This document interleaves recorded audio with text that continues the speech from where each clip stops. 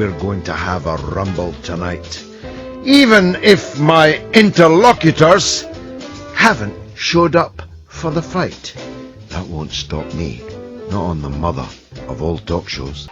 It ended in the grotesque chaos of the Labour Party, a Labour Party scuttling from court to court in taxis to rob 130,000 of their own members of their rights, using the members' money in the High Court to stop the members from voting.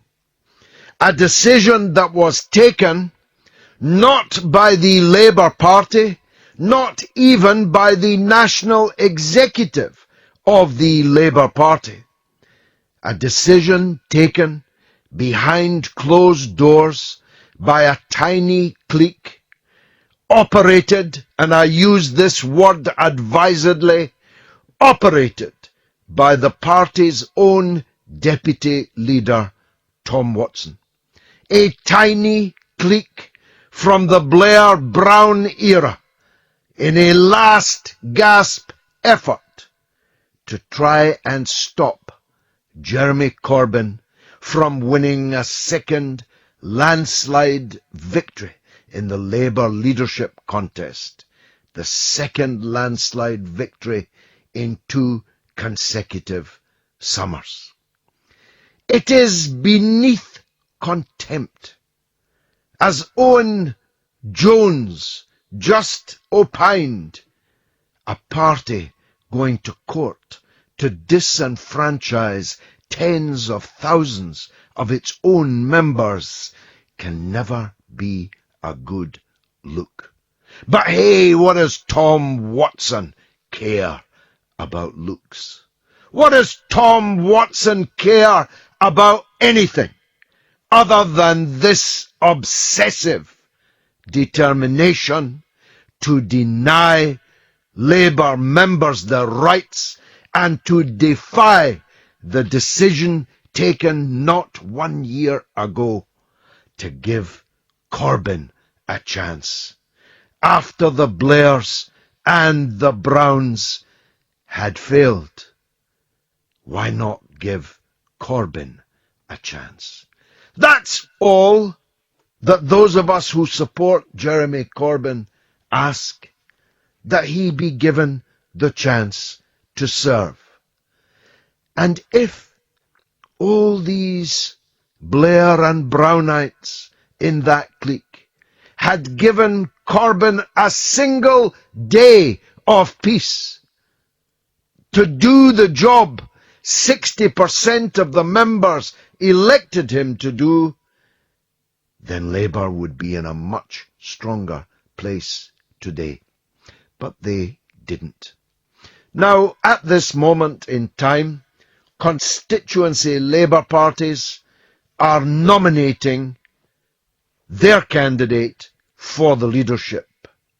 Corbyn is more than 200 constituencies ahead of the second-placed option, which is neutrality. In other words, Owen Smith is third in a 2-horse race.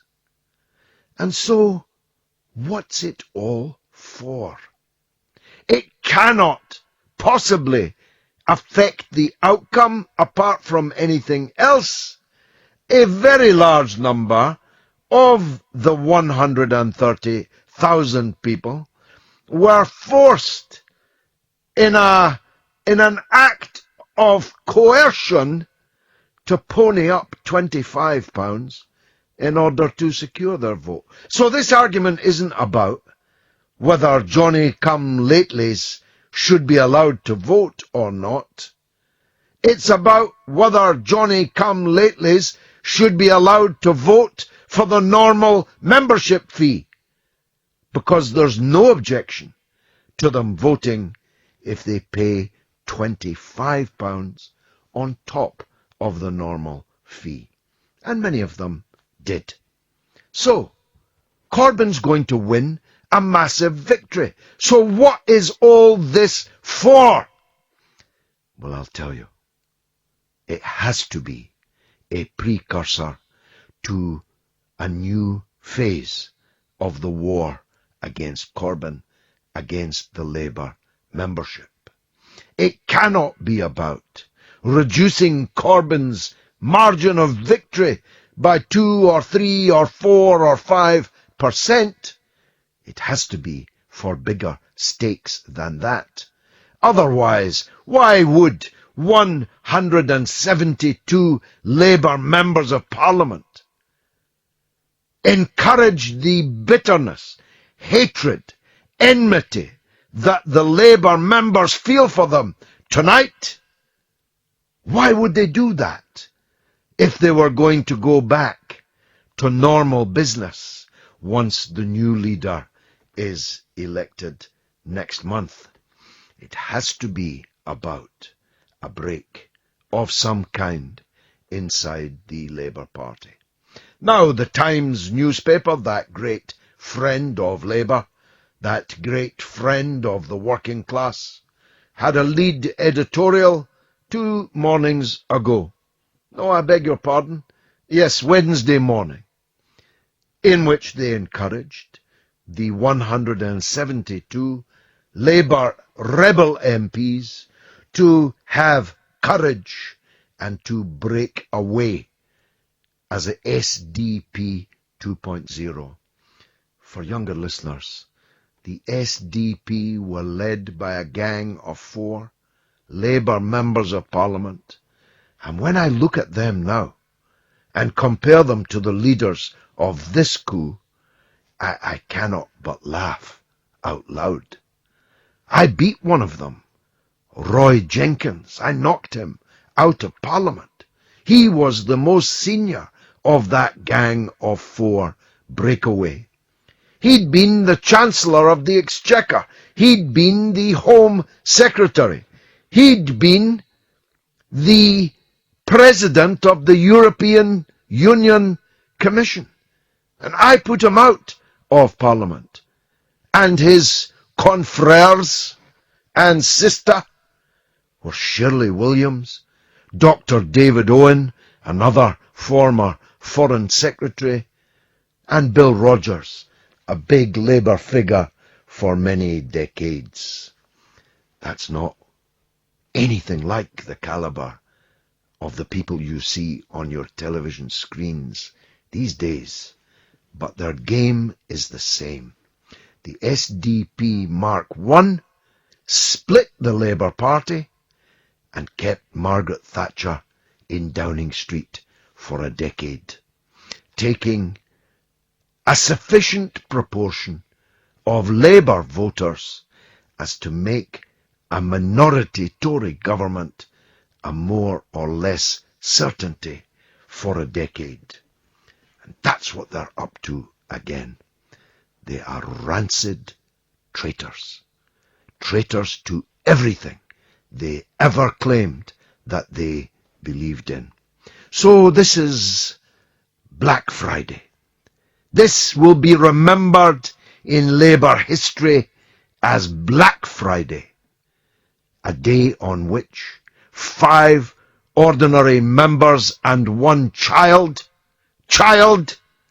were potentially bankrupted by being awarded costs against them in the High Court of perhaps £60,000.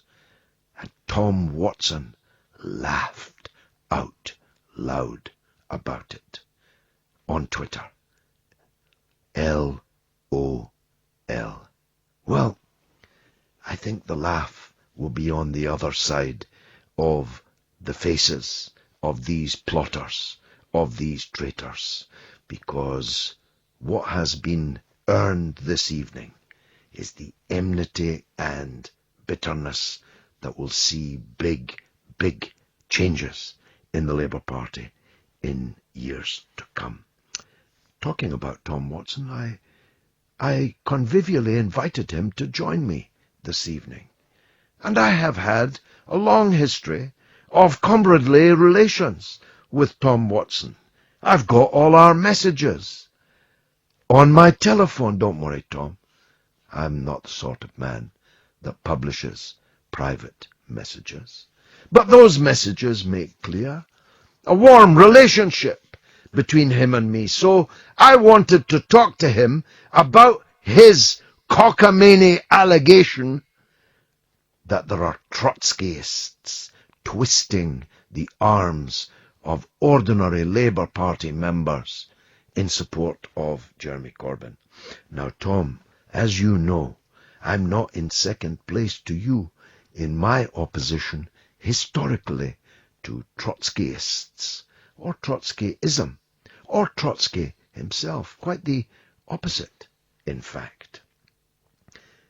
But there are not 4,000 Trotskyists in the entire islands of the United Kingdom. Not 4,000, and never have been more than 4,000. Labour has 600,000 members. Do you get that number, Tom? 600,000, including the 130,000 you just cheated and rigged out of their rights in the High Court today.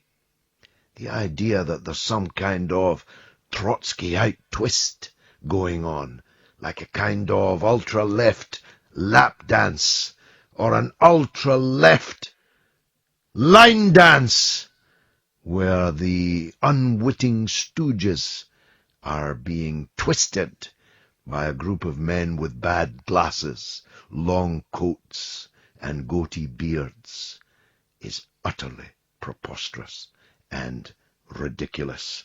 So, Tom, don't think by failing to show up tonight that I'm not going to talk about you, because I have plenty to say about this, about the Duke of Westminster, the new one, the 25-year-old one, the one who won't be paying you any inheritance tax on his £8.3 billion unearned fortune.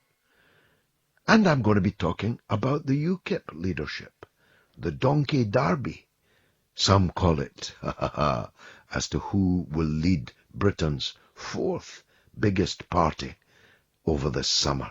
It's all coming up on the mother of all talk shows. Now, one man who always has the courage to show up, who never fails to step up to the mark, is John Rentoul, a biographer of Tony Blair, a journalist, commentator, columnist on the Independent newspaper, and I'm glad to say he hasn't let us down tonight. John, welcome to the show. Hello, George. Hi. Now, Owen Jones made the point earlier that it's never a good look, a party seeking so hard and so expensively to disenfranchise 130,000 of its own members. You agree with that? No, not at all. I think it's not a good look for a party to be so divided that the two sides take to the courts to try and solve their disputes. But I mean, that is just the situation that the Labour Party finds itself in, because people feel extremely strongly on both sides. But the idea that you should wait 6 months before you get a vote as a Labour Party member is a perfectly reasonable one, and that's what the court ruled today. Well, of course, they joined when the written material available to them said the opposite. It said if you join, you will have a vote in Labour leadership elections. Yes, well, obviously you will have, but not necessarily straight away. And Didn't say that, of course, John.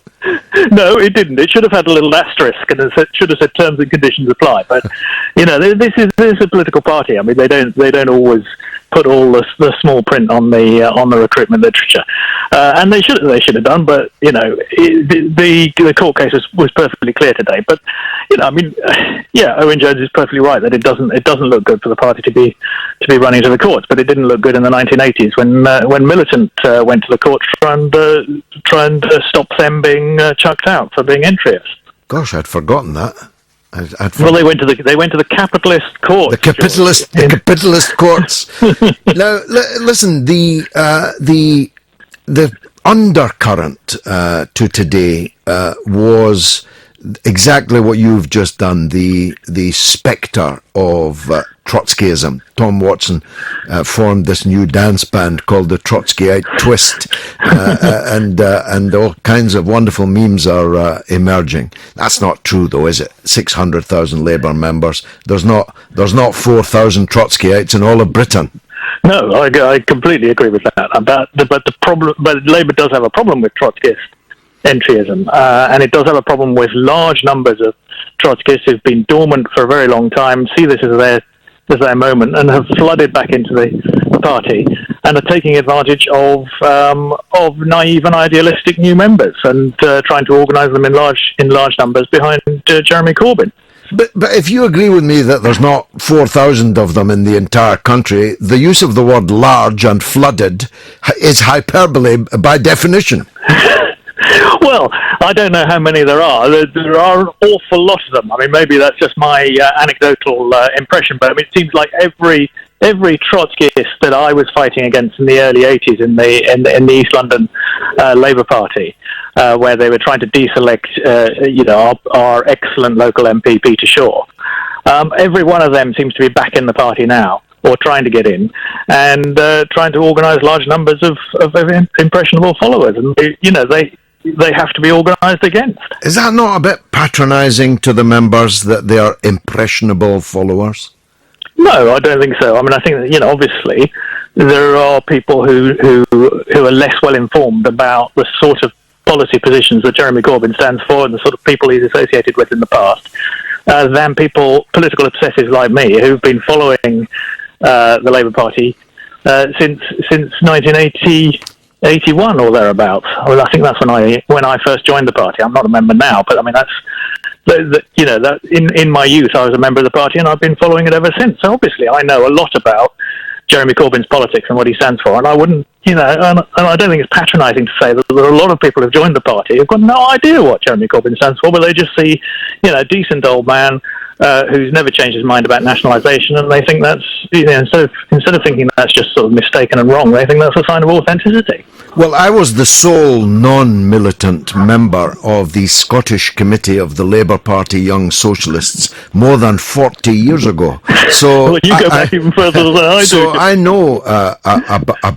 about these Trotskyists, and what I'm saying to you is that your sophisticated, savvy, media-sensitive and Facebook-friendly and Twitter-fired member of the Labour Party today really is not under the sway of a man in bad glasses with a long coat and a goatee beard from more than or almost a century ago. This is just Red Scare, John. No, it's not. No. I mean, the point is there are a lot of Trotskyists around who've come back into the party, who started to be active again, who are, I think, taking advantage of people who don't know anything about the history of the Labour Party over the past 3 decades. But I'm not complaining about that. I'm just saying that is a fact, and it's up to the centrists in the Labour Party to organise to educate people. So how's that going? What do you think? Very badly. So what happens next? I mean, if it's another hiding that they take, what do they do next? No, it won't be a hiding. I mean, I don't think Jeremy. Well, I've been stung by making ludicrous predictions about what's going to happen in Labour internal elections before, but I just do think that there are an awful lot of people who voted in good faith for Jeremy Corbyn because they thought he represented something new, and they've been bitterly disappointed with him. I think there are a lot of those people around. I think Jeremy Corbyn's tide has started to ebb back again, and eventually he will be defeated because he's not going to win a general election, and it's just a matter of time. But I mean, it does make me very sad because you and I have been through this all before. So you think that, I infer from what you say, that Corbyn will win with a slightly less impressive majority. But that possibly he might even increase his majority, but it'll be against a single candidate this time, so it'll look it'll look a bit more even. But yeah, Jeremy Corbyn's in favour of annual leadership elections, so he's going to get them. You think so? So Labour's going to go through this every year? Yeah, absolutely, because people, as you know, people feel very, very strongly about it.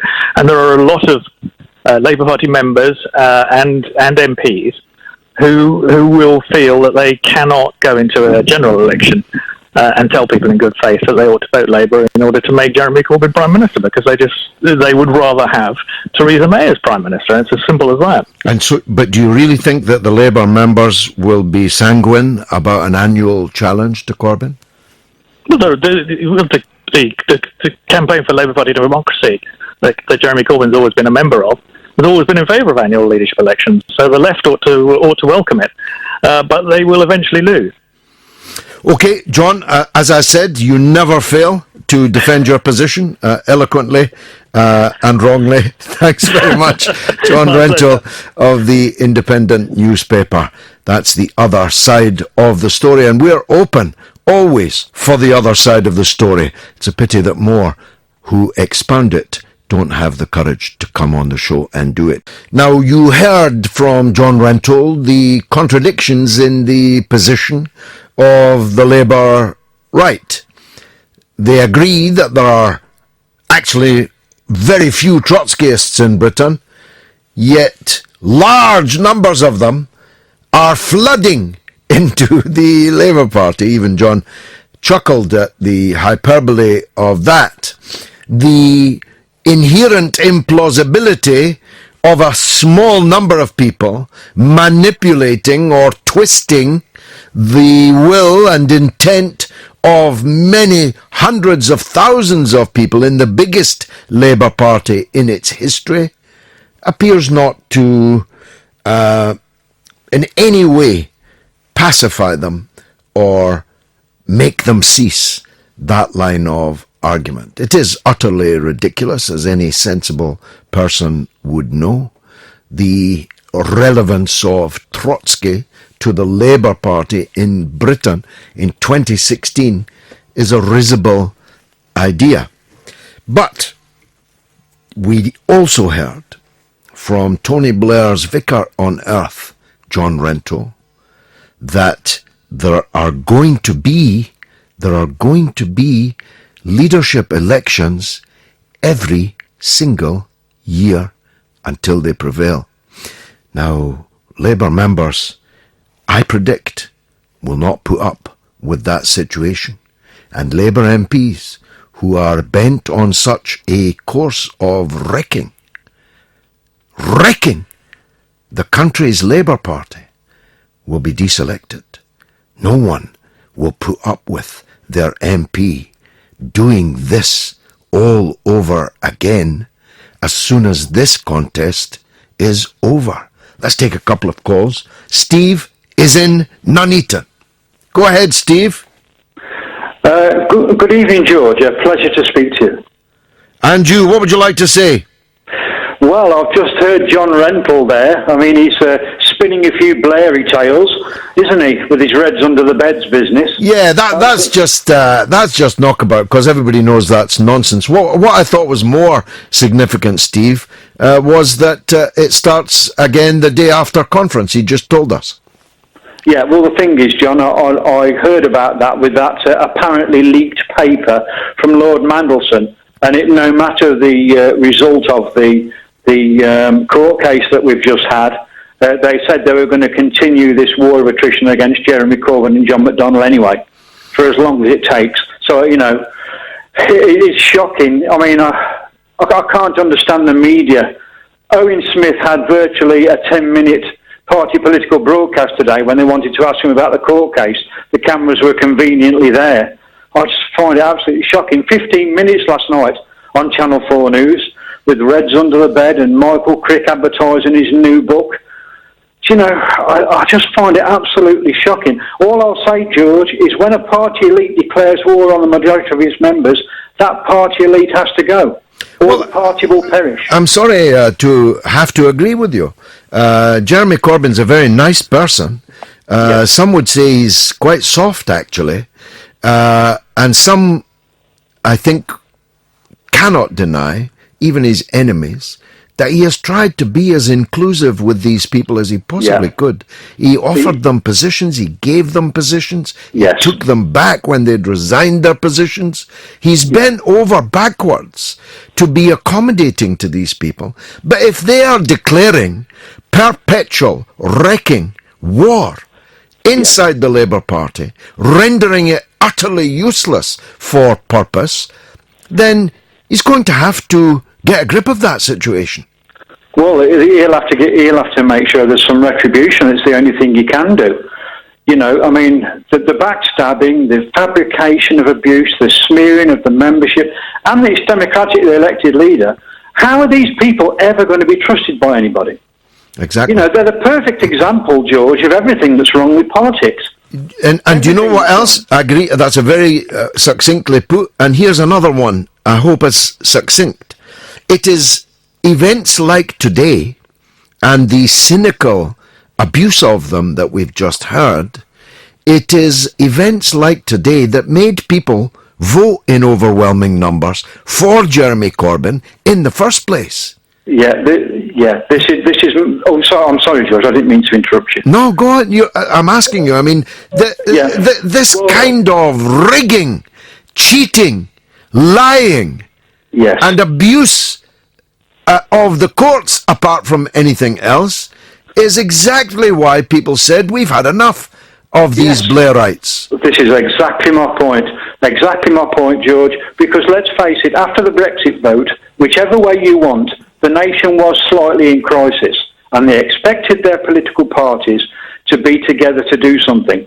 Now, I heard it again, I hear it so often, it's so annoying that Labour have gone down in the polls and all this. Labour were ahead in the polls after the Brexit vote. Yep. And it's undiscernible to find out. Corbyn was ahead of the Tories on on the day that the coup was mounted. Yes, and now he's, by the way, this week he's halved the Tory lead, but it's still 7%. But if these people are going to spend every day of next year like they've spent virtually every day of this year, there's going to be nothing left at the end.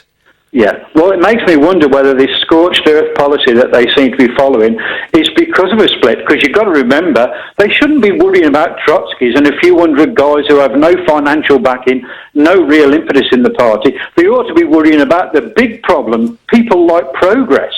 I mean, if you can remember back to the SDP, it was Lord Sainsbury that financed most of them. Yeah, and that was a split. And he's financed most of, he's financed most of this. Destroy social democracy for decades, George. But You're right. I'm sorry, George. You're right, and you've spoken. I'm so annoyed by it, you know. Yeah, no, you've spoken very powerfully, Steve.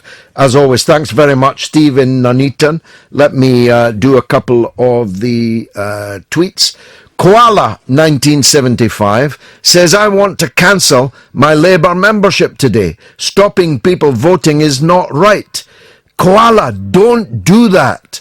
This is not the time to leave the Labour Party. This is the time to join it and support Corbyn and bury Blairism and then tramp the dirt down. John Birkdale says, a dark day indeed for UK Labour. And Scouser Lar says Corbyn will win a landslide majority, regardless of today's judgment. The Labour right wing are pathetic.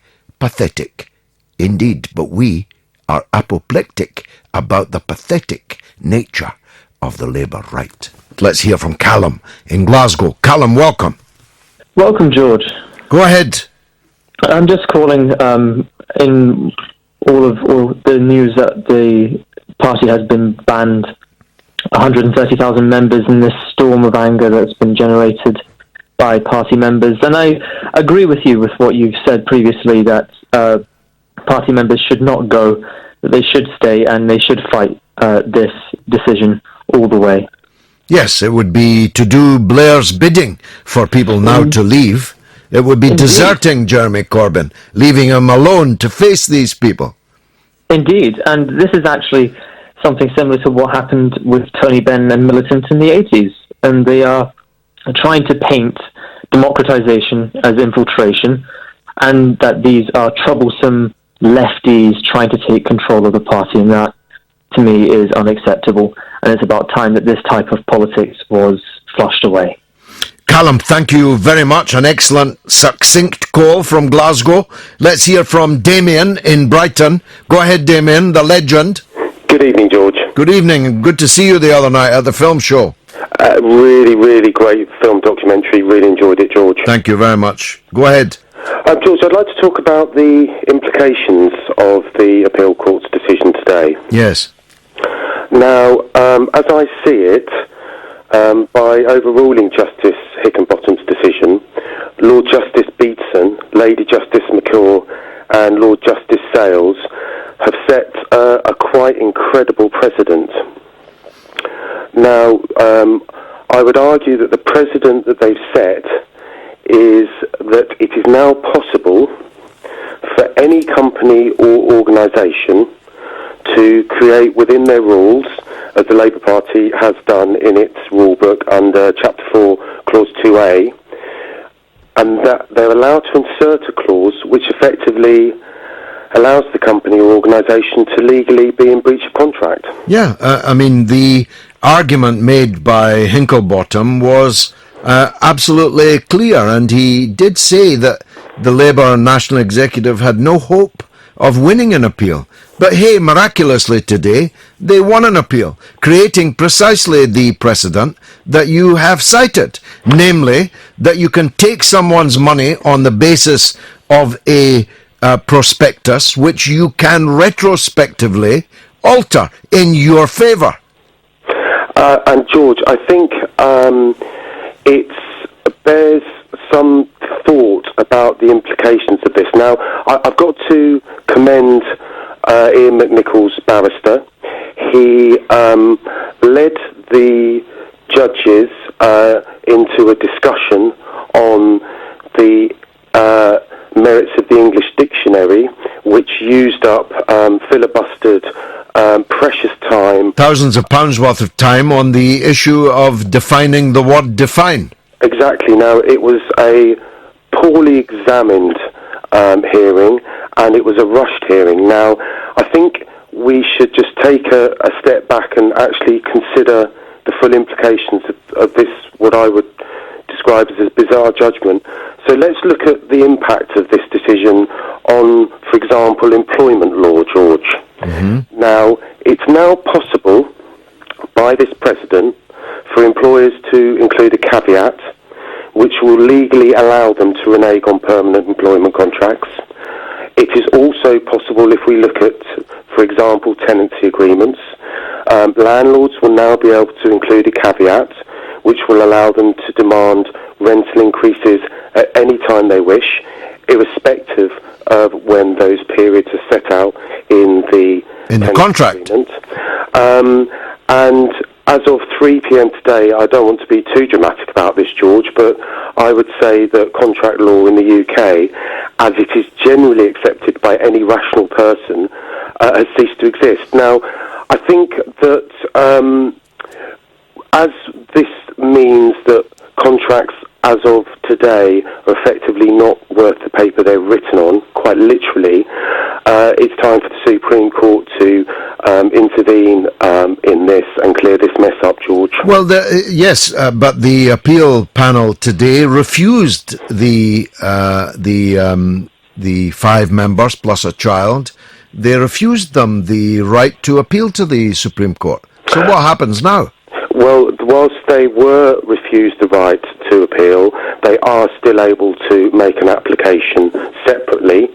And I would suggest that anybody in this country who thinks that contracts should be honoured should involve themselves and make a donation to the crowdfunding to support these members being able to vote in this election. Yeah, I think that's important. They've raised I think, a significant amount of money, but nothing like what they have now been landed with in costs. And, of course, if they were to take this matter further to the Supreme Court, that will cost them an arm and a leg. So everyone needs to rally round on the crowdfunding.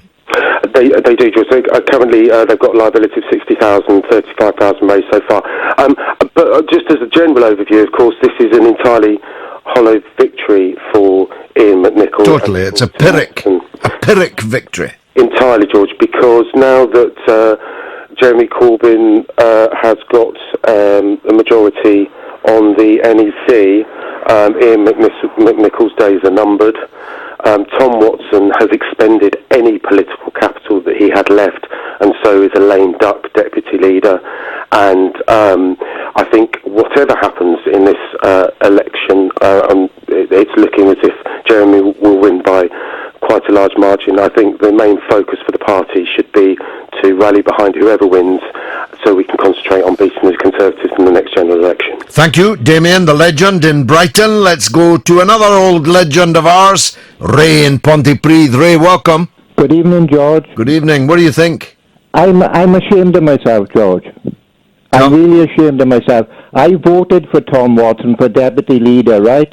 Mm-hmm. Now, I put to him, I think it was a Syrian vote where he abstained. I wasn't happy. I wasn't happy with a few other things, but I thought he's a campaigning MP.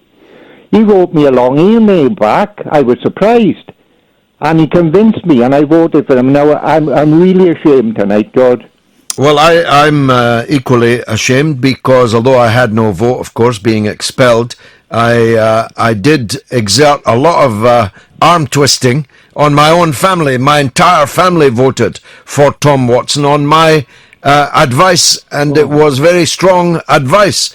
And so if you're ashamed, so am I. Let's equally hang our heads. In shame. Yep. George, did you think that this ruling today had any chance of succeeding after what the first judge said? Not at all. You could have knocked me down with a feather. Contract. You can't breach a contract, can you? Well, as Damien, who sounds as if he knows a thing about the law, it leaves contract law in Britain now in tatters. It means that you, the seller, in this case the Labour Party selling its membership, you, the seller, can retrospectively change the terms of the contract that you have concluded with your buyer. These people bought their Labour Party membership with, in writing, in front of them, a promise that they could vote in leadership elections. They keep moving the goalpost, George, don't they? Well, you heard the cynical laugh of John Rentoul, who said, yes, well, so they can vote in leadership elections, but not necessarily the next one. And it patronising people who are voting for Jeremy Corbyn, the way he patronised people, like they're all going to be influenced by these so-called Trotskyists, infiltrators. It's a long time since I even set eyes on a Trotskyist, never mind heard one of them speak. Do you know what the odds are for the election, for the Labour election now, George? No. 1-16 on Jeremy Corbyn, 7-1 Mr. Nobody. Has he got any Welsh nominations? The way I look at it, he's not getting any honour even in his own land. But Blaine Gwent. Now you couldn't get more working class than that, could you? But it was just the executive that nominated him. The members didn't get a say. No, that's right. You know, I despair. And last night on the debate. Oh, here, let me tell you this, Ray. Kieran says, I'm hearing rumours that Smith has failed to get the support of his own Pontypridd CLP. Oh, they've seen sense then, have they? My goodness, that would be a story, wouldn't it? Yeah, great. Look, Ray, thanks very much, pal. Great to hear from you again. I want to squeeze in Scott from Glasgow before the break. Go ahead, Scott. Hi there, George. Hi. Just a basic point to yourself. Well, you're in the know. But what I was wanting to, I can't realise it. My brain gets scrambled with it. What actually happened to between being of the mindset that right, I'm going to do stuff for the constituents. This is national. This is what I'm going to do. Between that, getting to Westminster, and then all of a sudden Do they get caught up in the machine? Is it money? Well, I don't understand what actually happens to them. Well, I don't. That's a very good. I can count in one hand, George. I spoke to you before about that. But people to me that stand out over. I mean, and this is over decades. You know what I mean? The people that stand out. And there's Owen Smith last night. A couple of weeks ago, he used the word radical when he was talking to Jeremy Corbyn, saying, I'm radical as well, Jeremy. He would never have used that word in a million years, as far as I'm concerned. I mean, copying is the biggest form of flattery. Yeah. Then last night I noticed, when they come on to do their debate, no tie. You never had a tie on, and I was like, oh, here we go. It scrambles my brain, George. I mean, to me, Corbyn, no, he's obviously no messiah, but he's a shining light, you know. A Tony Benn quote for me says it all. It says, first they say you're mad, then they say you're dangerous, then there's a pause, then you can't find anybody that disagrees with you. Yeah, you know, that's right. That's right. Scott, look, let me try and give something of an answer to the point you've made. Okay. Westminster Parliament is a big bubble, and people get into it, and they lose gradually touch with the world outside that bubble. That's what happened over the Iraq War, where we had millions outside in the street that knew this was a very bad idea, but when you stepped through the door into Westminster, overwhelmingly people were persuaded that it was a good idea, and a kind of mass hysteria takes place, and it's a good job, don't forget. They want to keep it. It's a thick carpet and nice upholstery and subsidized life on Mars prices in the bars and the restaurants and so on. So they become like a political caste, separate from the people that they're supposed to represent. Exactly. But they're committing suicide, Scott, because if John Rentoul is right, and he's usually right when he comes to telling us the intentions of these friends of his, that they're going to continue, that as soon as Corbyn wins this time, they're going to begin another. It's going to be an annual event, and it's not an event, of course, it's an annual 12 months of attrition. If he's right about that, these people are committing suicide. They won't be MPs for very much longer, because people will not put up with it. Yeah, exactly. Here's this so-called great country of ours that gave democracy to the world, George. Yeah. Okay, Scott, look, thanks a lot. I really enjoyed talking to you. Thanks. Cheers, bye. Kieran has given us this rumour. I'd like to try and stand it up if I could, that Smith has failed to get the support of his own Pontypridd constituency. The Order 1814 says, I don't support Corbyn. He is the leader of Labour. People should back him as leader, and all should respect the referendum vote.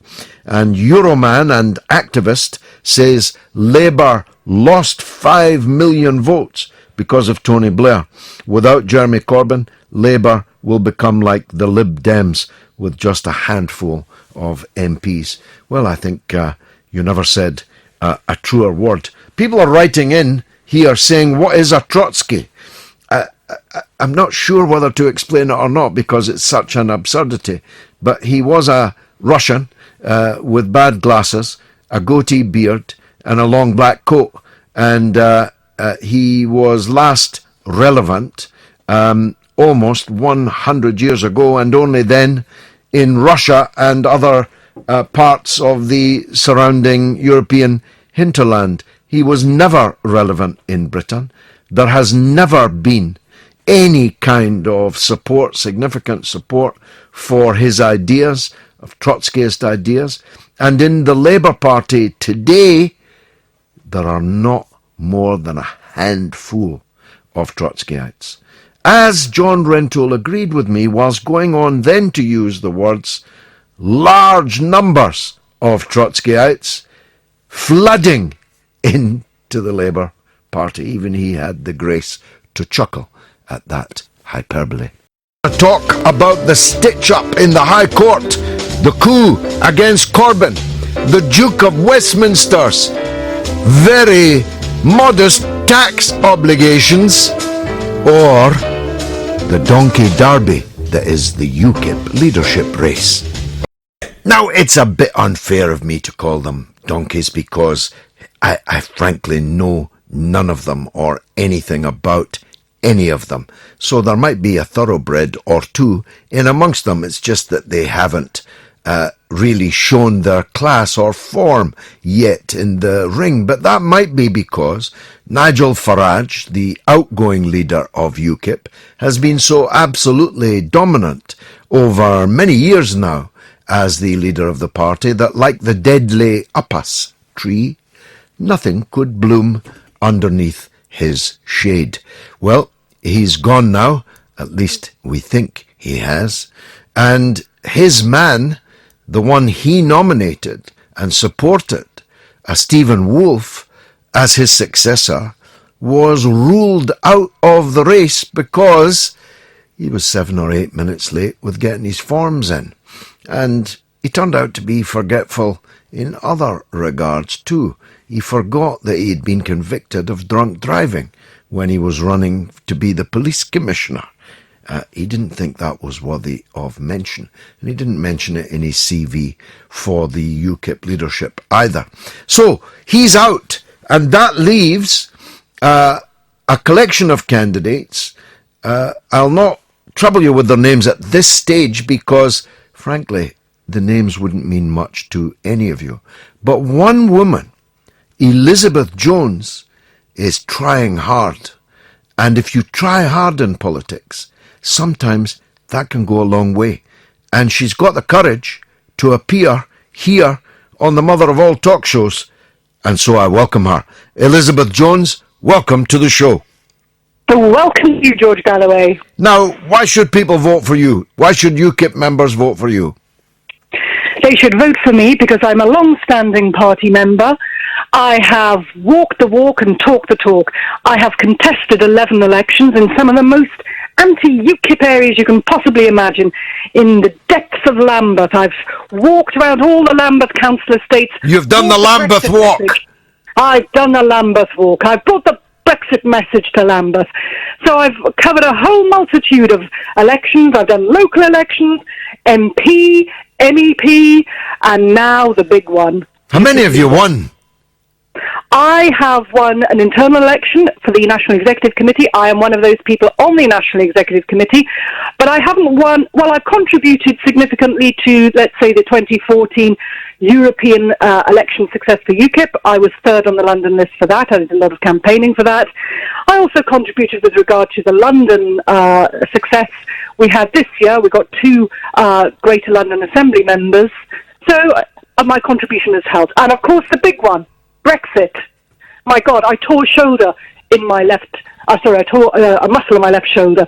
There's a huge physical strain, carrying all those leaflets, carrying the bags, walking up and down those steps, meeting all the people. But I've done it, and I have persevered. My running mate is Councillor Lawrence Webb. He is the leader of UKIP over in London Borough of Havering. And between us, we've actually contested 33 elections. How many has he won? He did very well. May 2013, he made a huge breakthrough in London, and he won Goucher's. He became the first UKIP councillor in Goucher's, which is a sort of Essex border London council within Havering. He won that, and from that he helped get more UKIP councillors, and now he is the UKIP leader of Havering. And when you say he's your running mate, Elizabeth, yes. Is there a deputy leadership position up for grabs too? Yes, he's going to be if I win, he'll be my deputy leader. And as I was saying earlier, between us, we added up all the votes we'd actually brought to UKIP, and between us, through our respective campaigns, totaling 33, we have actually scored 100,000 votes plus for UKIP in our trials over the years. So we really have walked the walk. You know, perhaps not in leopard skin shoes like our great Miss Theresa May, but we've walked the walk and we've talked the talk for sure. But of course, work, we can put it in. Yeah, no doubt you've been a prodigious, formidable, indefatigable campaigner and activist. But of course, that's a different thing to winning elections. Your long answer masked, if I may say so, the fact that you've never actually been elected to anything. I've been elected internally to the National Executive Committee. I'm one of the members of the National Executive Committee of UKIP, of which there has been much controversy in the press recently. But with regard to public elected posts, that is correct. I have not won anything because the vast majority of the elections have taken place within inner London, which is currently a Labour stronghold. Yeah, sure. So very, I'm sure you must know there, Mr. Galloway, very, very difficult to break through the stranglehold of Labour in the inner urban areas. But it can be done, as I'm it can living be. Keep testament banging and to banging. that. It can be done. Now, what are your politics? How do I differentiate you from the other candidates in this race? Well, I'm very interested in trade. I want to resume our trade diplomacy with Russia. Extremely important. Trade brings peace. In fact, Nigel Farage, I would say, was probably about the first public figure, apart from your good self, who, I think it's about 2012, was saying that we need to love-bomb Iran. Why on earth are we having trade sanctions against Iran? Let's love-bomb Iran, trade with Iran, have increased trade coming our way and their way, and that will raise the living standards in Iran and help everyone. So he was one of the first people to say, let's lift the trade sanctions on Iran in about 2012. So very keen on trade. I'm very keen on world peace. Totally opposed to military adventurism and military interventionism. Domestically, of course, the big issue for UKIP, and I think nationally, whether we like it or not, is immigration. That's brought about, I would say, the Brexit vote in the north of England. And one of my platform policies would be to try and bring about zero net migration. So the numbers of people migrating out of the country will balance those migrating in. And I think we need to focus perhaps on sham marriages. I would want to bring in a law to make immigration marriage fraud a criminal offence. Now, I am a family solicitor by day, and I do come across many people who have been hoodwinked, tricked by immigration marriage, and it does bring a lot of heartache. It's unnecessary. It brings an unnecessary burden onto the country and the state, so make that a criminal offence. Also, consider reintroducing the primary purpose rule for marriages, so when people come from abroad to meet their spouse or a prospective spouse in this country, they have to show that the primary purpose of being here is the marriage, not residency. Also, another thing to consider would be external refugee settlement. The US Centre of Immigration Studies has calculated that for us in the UK to resettle about 20,000 of the Syrian refugees costs about 30,000 per refugee, whereas if these refugees were resettled, perhaps in Jordan, Turkey, or wherever, Egypt, the cost would be significantly less, and in fact, about 18 times more people could be protected within their own home environment without having to experience the culture shock of entering cold, grey Northern Europe. So also, I'm also concerned economically about the country. I want to bring in a policy whereby we balance the budget. Every 2 years, there will be a legal requirement for the government to balance the budget because the deficit's getting out of control. It's adding to the national debt. And of course, it means that it's biting into everyone's future prosperity. It's having a big impact on our housing market, and it's got to be rejigged. So in other words, you're a right-wing fanatic, Elizabeth.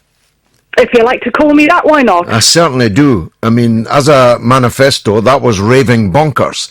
Why, for example, would net nil immigration be remotely economically successful or the right thing to do? That would mean that a company that needed a worker, a specialist, a technician, a highly trained operative would not be able to bring that worker in if it breached your net nil migration quota. I'm sure there'll be a way around that. We'll have a point system as well. Of course, the superstars are always welcome wherever they go. That's part of an international community of highly skilled professional experts. They will always be welcome. It's just to balance out so that we can calculate and work out the strain on resources, the strain on the NHS, school spaces, and on road space as well, and on our drainage system. All this needs to be calculated and worked out in advance so we can probably plan. Whereas, unfortunately, we're still in the EU, and we're still, therefore, subject to the EU freedom of movement, which has brought a certain level of chaos to this country. Okay, Elizabeth, you put your points over very powerfully. It's all madness to me, but maybe the UKIP members will find it fetching. Let's see. Elizabeth Jones, thanks very much for showing us your leadership credentials. She's fought 11 elections and never won any, and doesn't wear leopard skin heels, and could be described as extreme on matters of culture, other cultures, and other immigrants from other countries. And she wants to settle our refugees in Jordan or in Turkey, where, of course, there are already many millions of such refugees. So that's what you get if you are in UKIP. At least she's one of them. The other one, that Duffy, she's going around trying to pull the headscarves off Muslim women in Britain, even if they were born and raised here. So maybe Elizabeth's the Liberal in this contest. Who knows? Now, I can tell you that Kieran's rumour was wrong, and that Pontypridd constituency Labour Party did nominate Owen Smith, their Member of Parliament, by 74 votes to 27. Let me do a couple of tweets, if I can. David says, is this the day democracy died in the Labour Party? No, David, it's just a setback. It's a shameful one. It's a dark day, but it's by no means the day that democracy died in the Labour Party. Call Ain Now says, it's obscene, George. Tom Watson, the smug Machiavellian. I hope when Corbyn wins, he's cut from the herd. That's an interesting phrase. Ms. Mint says, how can you support him when he would campaign to halt Brexit and keep us in the EU if he ever got power? This is a reference to the very strange idea of Owen Smith not to accept the decision of the British people in the EU referendum. He thinks that's a good look. He thinks that makes him more electable, but certainly not for me. He's not a great guy, folks. Blimey, I'd forgotten about him. Donald Trump. We're so caught up in all these, all this skullduggery and chicanery here. What about what's happening over there? We may turn to that later. Let's hear from Lane in County Durham. Lane, welcome. How are you doing, man? I'm doing fine. Good to hear from you. What do you think? I want to have a bit of a rant. Go on. Because Labour, they're being very, very stupid at the moment, and it's not Machiavellian, whatever, yeah, it's just flat out stupid. Especially regarding the North. During Thatcher, when the whole of the mining industry was destroyed, the ships, all of that was destroyed, Tony Blair basically promised us the world and went, oh, well, yeah, we'll do this, we'll invest, we'll build everything up. And basically, they replaced major industry with call centres. So what you had, I live in a mining town called Seaham, and Ramsay MacDonald was once our... He was, indeed. MP. And Tony Blair was not far away. Yet he never went to the Durham Big Meeting, that's another story. What they did during the 90s, like, in the likes of Seaham, people were just, we've got to vote Labour in, because the Tories have been a nightmare, they've killed us.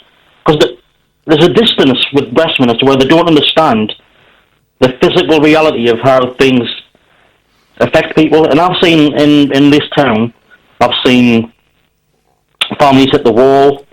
I've known men kill themselves because they felt worthless. They didn't feel any place in society. Because I know the mining industry was dirty and it was hard, and everyone in the Seaham said, I wouldn't send my son down the mine. The thing is, when you're working there, you were proud because, albeit a dirty, awful job, you were providing massive service to the country. You fueled the country. You kept the country alive. You provided everything the country needed for electricity. Without electricity, you wouldn't have had any water, gas infrastructure being piped around. We relied on coal. So Blair, as I say, once Thatcher destroyed the industries and planted Nissan, which is like, the amount of people who work in Nissan, you could have that in one pit. Mm-hmm. And like in Seaham alone, it's only a small town. We have 4 mines. It's a small town with 4 mines. and all of those people were disenfranchised. What's happened? It's a Labour safehold. So I think what's happened is, over time, New Labour, and to a lesser extent, Miliband's lot, they just parked the North East. Like, oh, they'll always vote for us. Yeah. Took you for granted. They're safe. What's happened is, though, and I think we're definitely still a safe Labour area, but UKIP, now, they're as potty as a child's toilet factory. Just potty. But they're very good. They exploited that unhappiness with Westminster and being parked. Mm-hmm. And they do what I've not seen Labour do this for years. In this small town, they go on the streets. They put the legwork in. Mm-hmm. They go into shops. How are you doing, Mrs. Blah blah blah? How's trade going? How's this? It's the old things in these areas still work. It's the personal contact. And you don't think that Farage going will effectively render UKIP useless? I hope they do, personally, but I'm not sure, because the trouble is, there's a Labour at the moment. They've used the whole EU referendum thing as a total smoke cloud, because I was a heavy Remainer, a total Remainer, and I live in a place where overwhelmingly people voted out. Mm-hmm.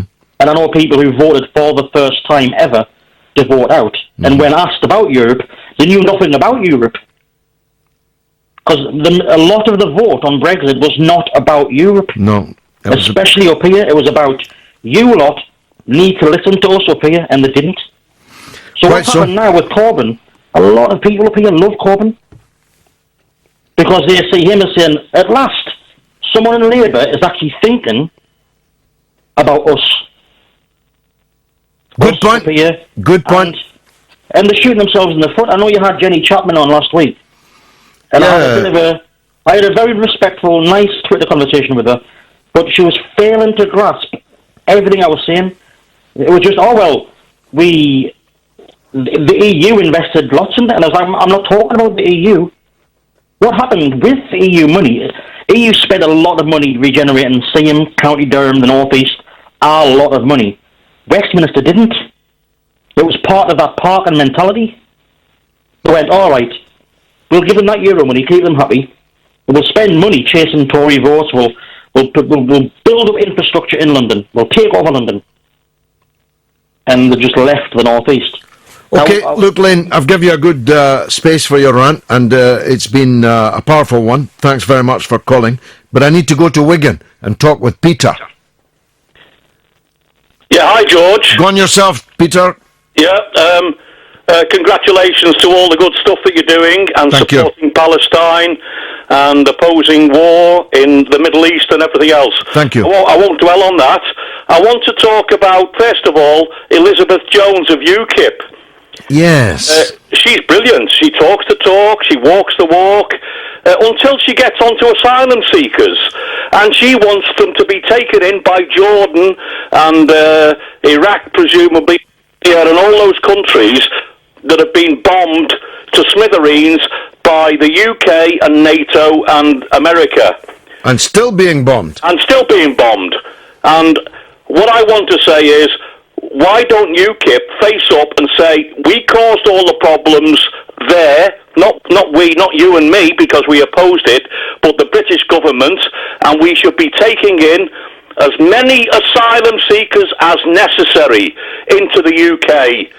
Welcome them with open arms. I remember my local MP, Andy Burnham, saying when he was trying to become the leader of the Labour Party, I will have a family of Syrian asylum seekers in my house. Oh, did he? I didn't remember. I remember Yvette Cooper said that, yeah. Did. I've got it in black and white. And did that ever happen? I'm still waiting to see that family of asylum seekers in his house. It's only half a mile from where I live, and I've not seen any Syrians in Goulburn. And anyway, I just thought I'd... No, that's a very, very good point. And the talk, yeah, it's crap. Well, now, she was all right until she got... about the traitors in the Labour Party. Yes. when Jeremy Corbyn was elected, let me just tell you, by the way, unlike Elizabeth Jones, I have walked the walk and talked the talk.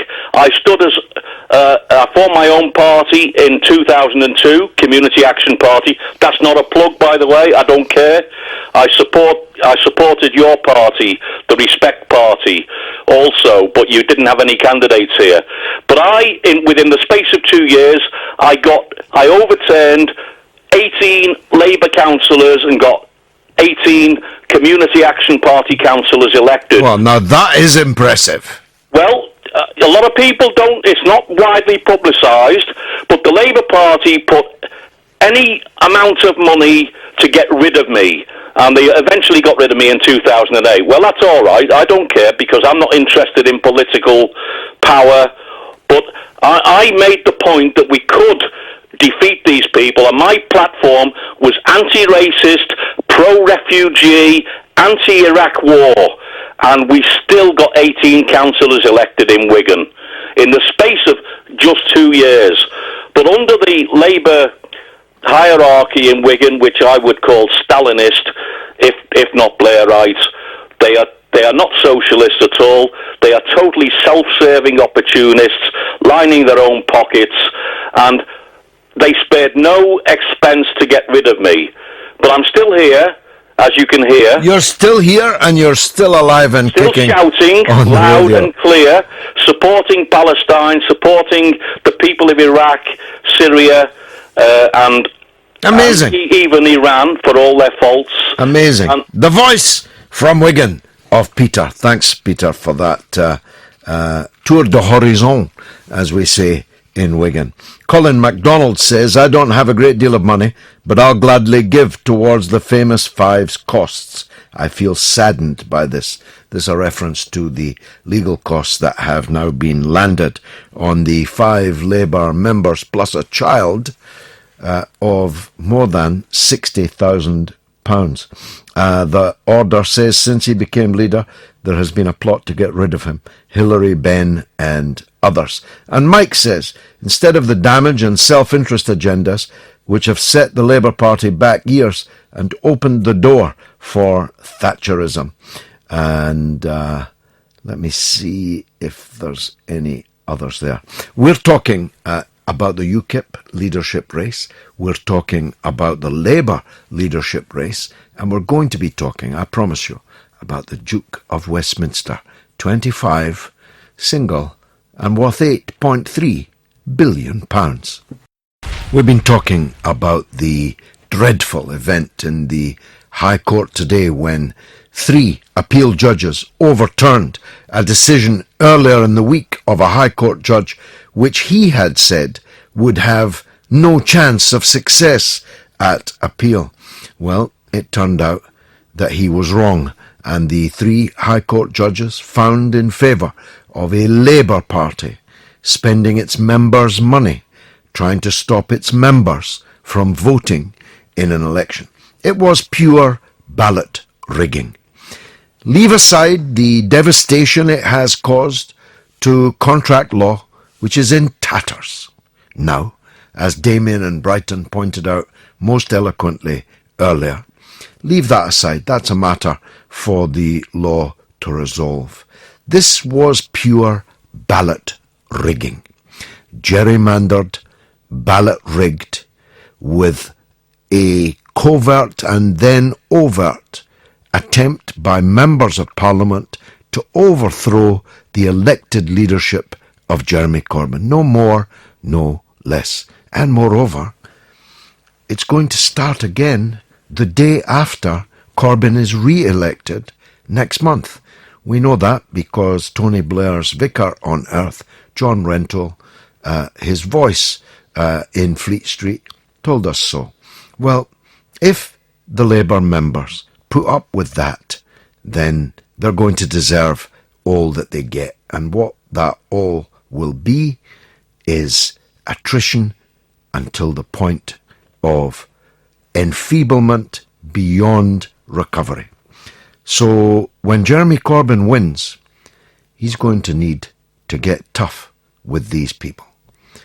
We cannot, the country cannot accept the leader of the opposition spending all of his time fending off the attempts at coup inside his own ranks, because that means he will not be doing the job that the country is paying him for. Let's hear from Peter Legg on a mobile about these matters. No, Peter, I'm sorry, is going to talk about the Duke of Westminster. Now let me set the scene before Peter does.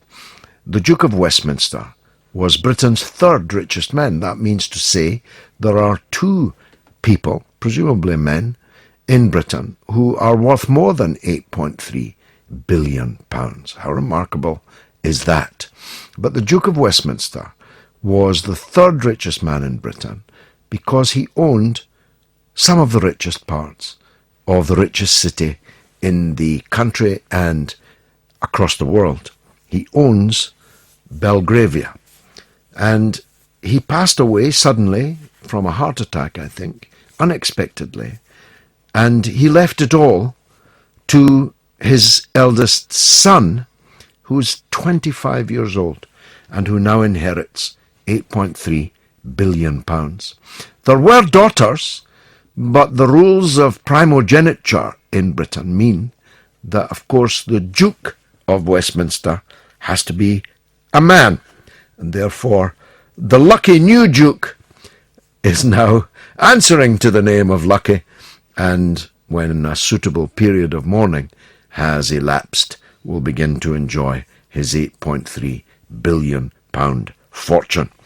And Peter Legg, who is the head of IHT Planning Matters Limited, a specialist inheritance tax planning consultancy, has agreed very kindly to come on the radio with me and explain how it is that the new Duke of Westminster won't have to be troubled by HMRC, particularly now that his father has gone. Peter, welcome. Thank you. Thank you very much. How is it that you can inherit that amount of money without a massive tax bill?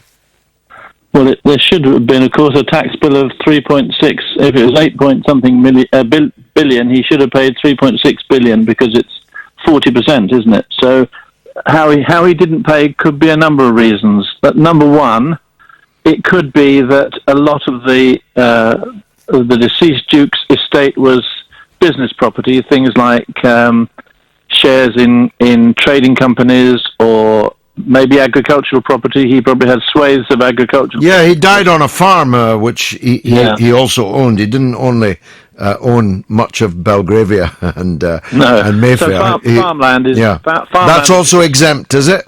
It's exempt. It has to be held for 2 years and occupied for the purpose of agriculture, or it has to be owned for 7 years and other people farm it. So yeah, agricultural property is exempt, 100% exempt, and business property is exempt, so I don't really know what his estate of. But as for the... No, just before you go on, Peter. All these properties that he owns in Westminster, they are presumably all let to businesses. Does that count then as business? No. It's not the right phrase, is it? Because business property sounds like it's a property let to businesses, but business property and business property relief at 100% exemption is shares in a trading company or a business, a partnership or a sole proprietorship. I think the reason he probably is not going to pay any inheritance tax is because previous dukes would have put the asset into trust, so he was a beneficiary of a trust rather than actually owning it. Well, so if you were an exceedingly wealthy person, you didn't necessarily have to give every penny farthing to the next generation, because they would, in such circumstances, have to pay inheritance tax of 40%. So they would set up a trust. So a trust would be where you wanted to benefit your children, so you thought that they may go off the rails, you thought they may get married badly, or have a drug problem or a drink problem, or just you wanted to stay in control. So you'd set up a trust, choose your trustees, which would be you, and you'd transfer it into this trust structure of which your children would be eligible beneficiaries. So you could pay them out income, you could pay them out capital at the trustee's discretion. But they can. Is there any limit to the proportions of the trust fund that they can enjoy? No, not really. You can set up a trust for the benefit of one child and just benefit them. So, but there's an entry charge. If you set up a trust, it's what's called a chargeable lifetime transfer for inheritance tax. So there is actually an inheritance tax charge, and the first £325,000, so pretty modest. The first £325,000 would be exempt, and the rest is at 20%. So these trusts must have been set up yonks ago for them to be not trigger any charges to inheritance tax, and I suspect they were. I suspect they've. Yeah, I mean, I suppose from one generation to another. If you're worth £8.3 billion, you can hire very good planners like your good self, and and good lawyers, and that's what they've done. It would appear, yeah. I think the nobility tend to go to London, big firms of London solicitors who work for the Queen and their like, and I don't know if I've ever had an £8 billion estate. Not yet. It'll come. It'll come. You can imagine that people are a bit angry about it. I mean, ordinary people have to pay tax. Ordinary businesses have to pay tax. But the very richest among us, Sir Philip Green, because his businesses are owned by a wife that lives on a yacht in Monte Carlo, where coincidentally they don't pay tax at all. People are pretty mad about this. Well, I think people get mad about inheritance tax anyway because they think that they've worked all their lives to store up some wealth to pass on to the next generation, their children, only to find that there's if inheritance tax was at 5% or 10%, nobody would bother about it, but it's 40% is quite a swinging rate of tax on everything you manage to claw together. I think the reason that's not really the proper reaction is that you're not paying it because you're dead, so it's your children are paying. It's a way of redistributing wealth, isn't it? Yeah, but I mean, you could say many things about the late Duke of Westminster, and one shouldn't gratuitously speak ill of the recently dead, but having worked all his life is not one of the things you could say about him. He inherited 400 acres from the previous Duke, and the money just rolled in. He didn't actually do any work at all. Yes. I think there's been a change of attitude, almost a change of conscience in the UK recently. What with Jimmy Carr and Gary Barlow and Google and Starbucks, all those companies and people that are getting involved in tax planning, as you say, probably on the advice of lawyers or their accountants. And all of a sudden, people seem to be thinking it's not right. Why should these super rich people get away with paying relatively nothing, and we're paying what is our due, what we should pay? Yeah, and that has its political reverberations. You know, the Panama Papers may be history now, i.e. they were 6 weeks ago or 12 weeks ago, but they will be remembered because it turns out that a caste of people, a class of people in Britain and elsewhere, they get their money here. Some of them earn it, some of them inherit it, some of them get it by dubious means, and it ends up in the Caribbean or in Panama. What the revenue are now doing is they're bringing in some legislation which is called disclosure of tax avoidance schemes. So they'll look at something, and if the only reason you've done it is to save tax, then they want to look at it. The revenue want to be able to approve that it's not just a tax fiddle. So it's going to be more difficult for these super rich people now to do the sort of tax planning that was done years ago and which continues to be enforced because they've got to get revenue approval. This disclosure of tax avoidance schemes. I hear a band playing. Believe it if you like. Right. I mean, I know from nearly 30 years as an MP and also as a private individual how rigorous dealing with the Inland Revenue HMRC can be, how difficult it can be for ordinary people. And then I see these billionaires with in this case 8.3 billion. They're able to just dance around the HMRC, who appear either unwilling or unable to do very much about it. There's one exemption that people don't talk about much, and it may well have some relevance to this man. I don't know much about him. but you get exemption, complete exemption from inheritance tax for what's called killed in war exemption. That doesn't mean you have to be killed in a war. It means that what caused your death was a wound that you suffered during a war. Now, I just wonder, I don't know. Did he fight? No, he didn't. No, not old enough. 63. And he was territorial, wasn't he? He was territorial army. So it wasn't. It's probably, as I say, that the earlier dukes have wrapped it all up in a trust structure, and until which I don't think they can ever do, the revenue say that trusts don't work, and we're going to see through them, and they're transparent. I don't think there's going to be more instances of very wealthy people wrapping all their wealth in trusts. Peter, you've been very helpful. Thanks very much for that. That was Peter Legg, head of IHT Planning Matters Limited, a specialist inheritance tax planning consultancy, on the news that the Duke of Westminster has avoided, miraculously, inheritance tax on his almost £9 billion inheritance. This is the night to have your say on the Labour leadership, on the UKIP leadership, on the Duke Westminster's tax bonanza, his windfall, £9 billion and not a penny to pay to the taxman. Now that's what you call financial planning. Let's hear from Chris in North Yorkshire. Chris, go ahead, sir. George, I saw on your Twitter page earlier on that you were trying to get Tom Watson onto your programme. I tried everything. It was like Muhammad Ali chasing Sonny Liston, the big ugly bear. He just kept on running. I turned up with a net. I turned up with a bowl of honey. I turned up with a tray of pies. I turned up with anything that could possibly entice him. But he kept on running. Well, to be honest with you, George, I mean, the whole thing...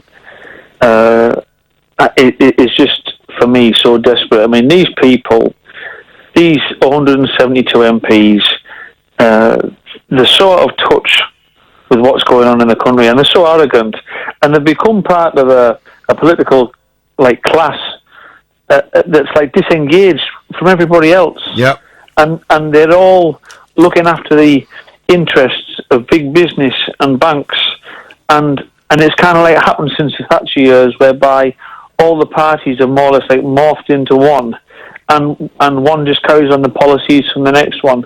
And for the first time ever, since I think when Neil Kinnock was in charge of the Labour Party, you've got a situation now where you've actually got a Labour Party again that's not trying to resemble the Conservatives, and the establishment. These big business people who are pulling the strings on everything are freaking out because they've had total control of our country through our politicians for the best part of 30, 35 years, and they don't know how to deal with what's going on in the country at the moment.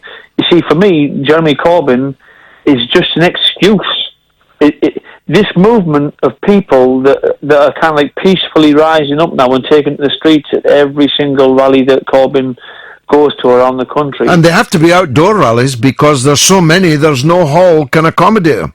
I can fill halls anywhere, but Jeremy Corbyn's filling whole squares because the halls are not big enough to hold the number of people that want to come and hear him.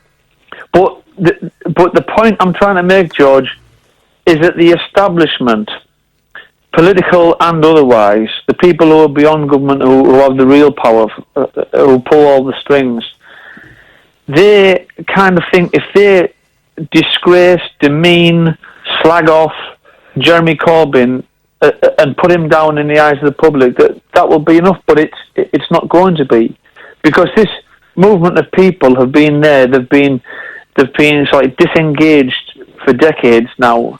And in Jeremy Corbyn, they've seen an opportunity with which to have their voice heard.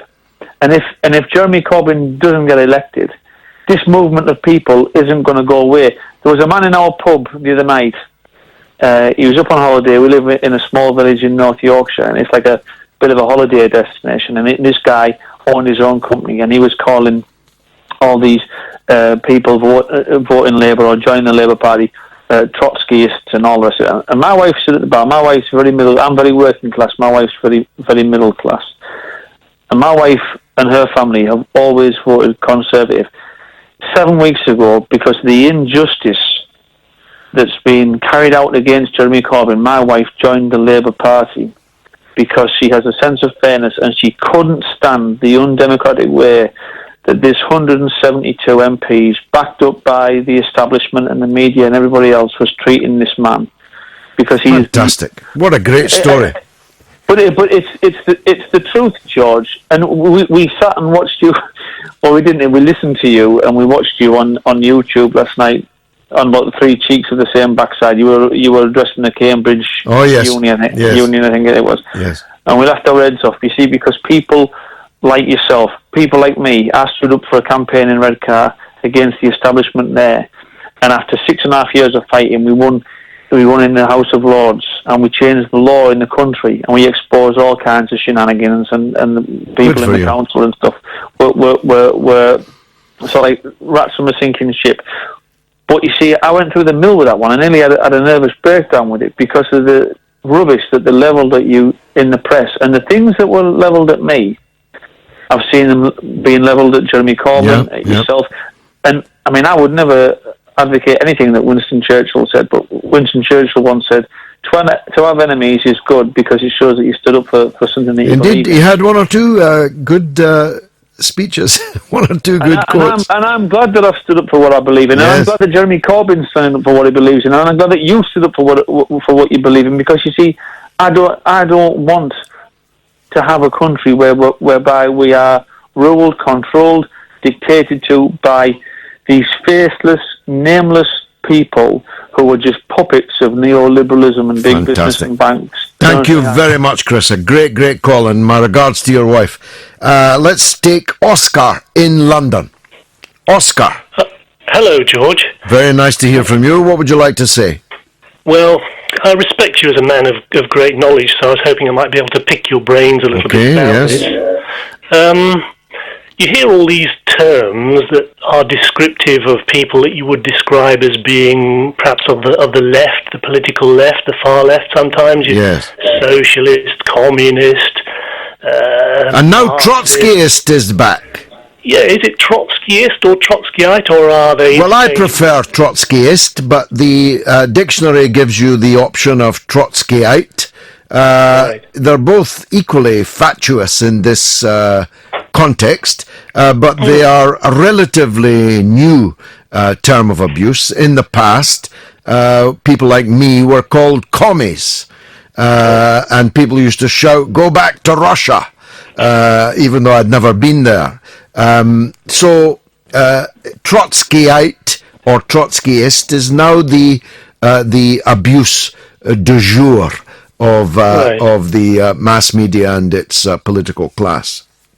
Okay, well, I think I tried to look this up on the internet, on the encyclopedias of the internet some time ago, and didn't really sort of get a satisfactory answer. It perhaps was my inability to understand what was written, but I was hoping maybe you might be able to... Well, Trotsky played a very heroic and noble role in the Bolshevik Revolution of October 1917. He was the leader of the Red Army, which crushed the opposition to the Russian Revolution, and he laid the framework for a Red Army, which then saved the world in the Second World War. So I don't disrespect Trotsky as a person, but his politics were always ultra-left, extreme left, inside the Soviet Union in those days, and then he was driven out of the country into exile and subsequently murdered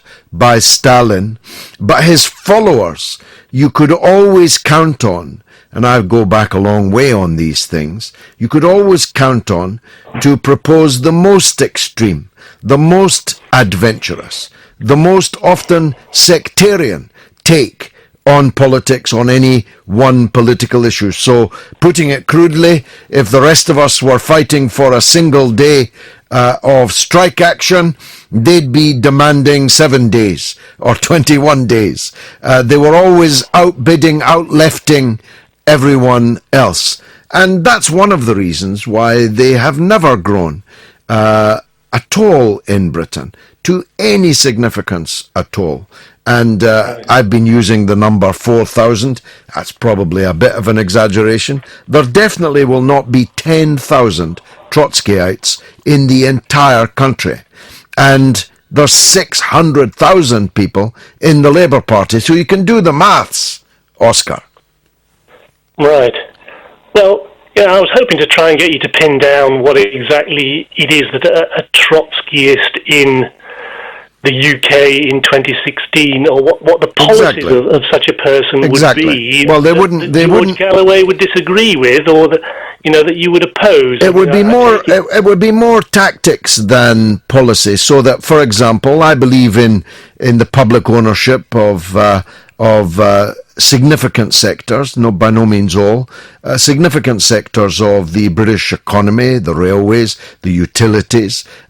We should have a nationalised bank and so on. But they would demand the public ownership of hundreds of companies, and right now. And they would say, why should we just nationalise a single bank? Why don't we nationalise all the banks? In other words, they would outleft me and outleft Corbyn, and their demands would be more extreme left. And that's one of the reasons why Corbyn is relevant and they're not relevant. And Jeremy Corbyn, whom I've known for almost 40 years, ain't no. Now here's a confession. The Olympic Games leaves me cold. And when I see the BBC spending a fortune of taxpayers' money, sending scores of people to Rio de Janeiro to persuade us that somebody we've never heard of, performing a sport we would never watch, is a hero because they came fifth in the slalom or the synchronized swimming or the beach volleyball, I switch over and switch off. And when, as I know, the Olympic Games are utterly politicized and used oftentimes for propaganda purposes, Brazil is now effectively a dictatorship again, the elected president having been overthrown. I think back to 1936, which was the birthplace of the modern Olympics, when fascist Hitlerite Germany seized the opportunity to demonstrate their dictatorial, authoritarian, racist power. They invented things that we imagine go back to the Olympian Greek times, like people running with a torch and setting fire to a bowl of fire in the ceremony and so on. This had nothing to do with the Greeks. This was invented by Adolf Hitler and Joseph Goebbels and Avery Brundage, who became the chief of the Olympics for decades, was actually a supporter of Adolf Hitler and Hitlerism. For many, many reasons, it leaves me cold. And when they started adding golf and tennis and all these absurd add-ons that they have made, well, it got even more irrelevant to me. But Matthew Skinner, either because we've sent him there or someone sent him there, is undoubtedly having a wonderful time in Rio, and he's sending back fantastic reports of what's going on there. He's even good enough, almost, to make you interested in the beach volleyball, the male version of the beach volleyball. He's that good. He's a British journalist. He's in Rio. He's on the line, and I'm grateful for that. Matthew, welcome. Welcome, George. Good evening. How are you? I'm good, but not much interested in what's going on down there. Try and excite me. What's the best of what you've seen so far? The best of what I've seen so far, personally speaking, would be the road race, which I went to see. Obviously, we didn't get the result we wanted in that with Froome. But yeah, that was enjoyable. A beautiful day spent up in the mountains close to here below Christ, watching the peloton, as it were, ascend there. So I've seen that. I've been down around the beach that you described there, the beach volleyball as well, which has been quite a fantastic experience as well. I'm caught, if I'm honest, in the middle with you as someone who lives there. There's obviously huge social problems that face the city. So whilst I've been enjoying the Olympics, and it's fantastic to have so many people from around the world visit and interact with the local population and maybe get to understand Rio a little better, at the same time, it's brought huge problems to the city. So it does everywhere. I mean, that's only Barcelona has actually profited in any way from hosting the Olympic Games. Before it, you get all this puff about legacies, about regeneration, and so on. But everywhere but Barcelona, it ends up a giant white elephant which beggars further the local community. And when I see these pictures of children in the favelas, the slums, peering through gaps in the fence, not a dream of being able to get in to see what their country has paid for, I find it quite demoralizing, Matthew. I couldn't agree with you more. I mean, only last night there were more shootings. I believe it's an official day of mourning here in Rio today because a policeman has died. I mean, obviously we don't like to see anybody die, but yeah, a policeman's died overnight after a shootout in a favela, but people are killed by stray bullets here all the time. Obviously a journalist's bus was recently hit by a stray bullet at the Diodora Stadium out in the west of the city. In the suburbs, it's situated in between two favelas. And so violence is very much part of everyday life here. And as you correctly point out, George, unfortunately, the majority of the population that live in the zona norte, that's over 5 million out of a city of 6.5 million, roughly speaking, they're excluded from the games. They can't afford tickets. They're unable to attend. In fact, to be blunt about it, the only black faces you'll see at the Olympic venues down in Baja will be people that are working there for minimum wage.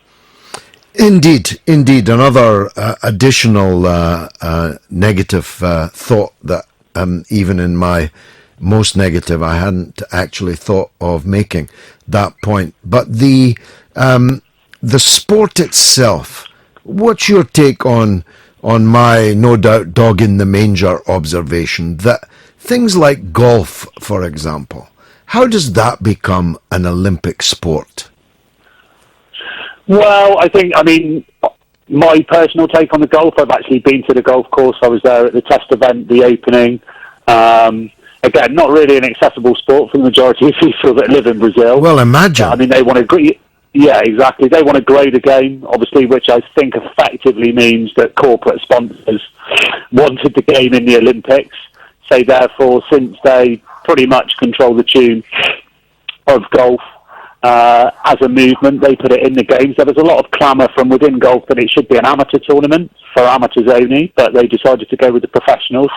And then obviously we've seen wholesale withdrawals. I mean, my personal opinion as a lover of sports is that since it's not the pinnacle of the golf game, that's the Open, the Masters, the US Open and the US PGA, I don't really see why it's in the game. Same to be said for tennis. Obviously we've got our own Andy Murray, who's a great guy. I'm a huge fan. I love tennis.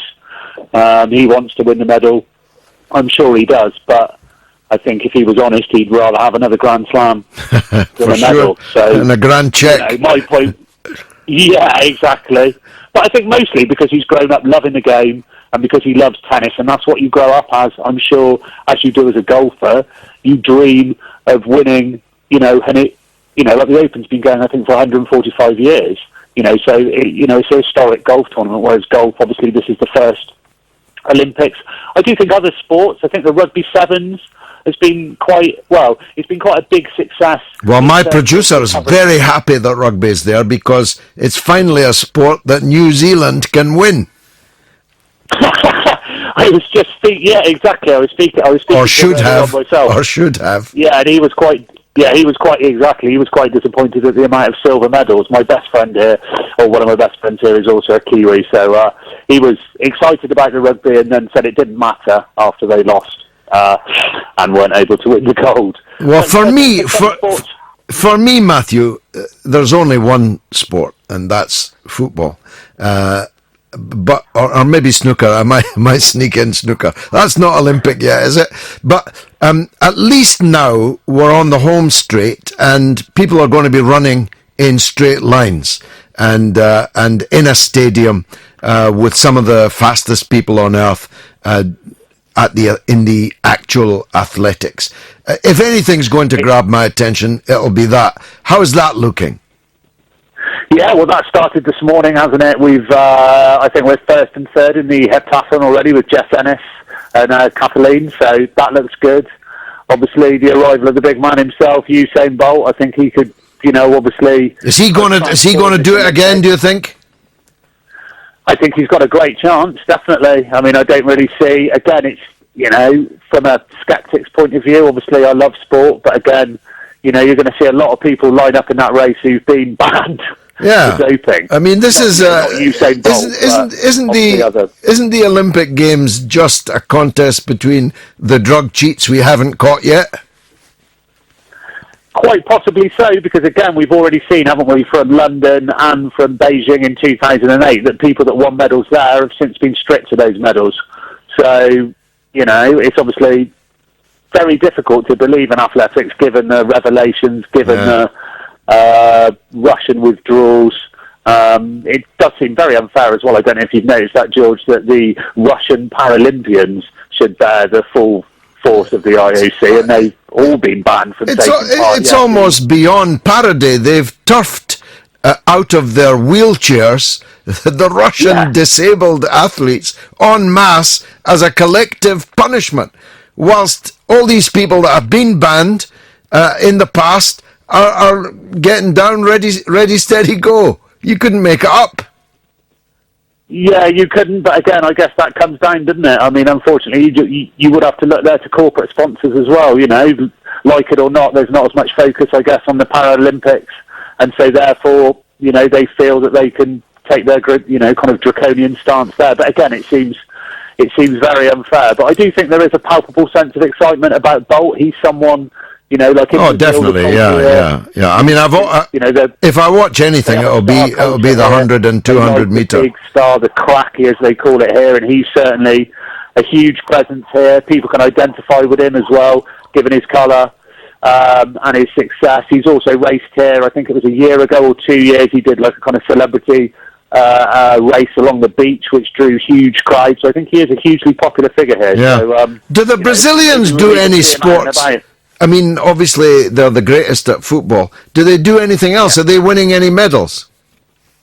They've won one gold, which is actually quite that's quite an uplifting story. Rafael da Silva, she's from, I don't know if you've seen the film Cidade Today, A City of God, George. Yes. But she's from that very favela that's located only a few miles from the actual Olympic Park. It was a community that was built in the 60s after they cleared favelas in the more upmarket beachfront areas of Ipanema and Copacabana. They started a community there which has grown over time. And she won a gold medal. She was disqualified and suffered terrible abuse from Brazilians after she was disqualified in 2012. But this week, 2 days ago, she lifted the gold medal. And it was... obviously time for celebration in a favela. Local residents celebrated.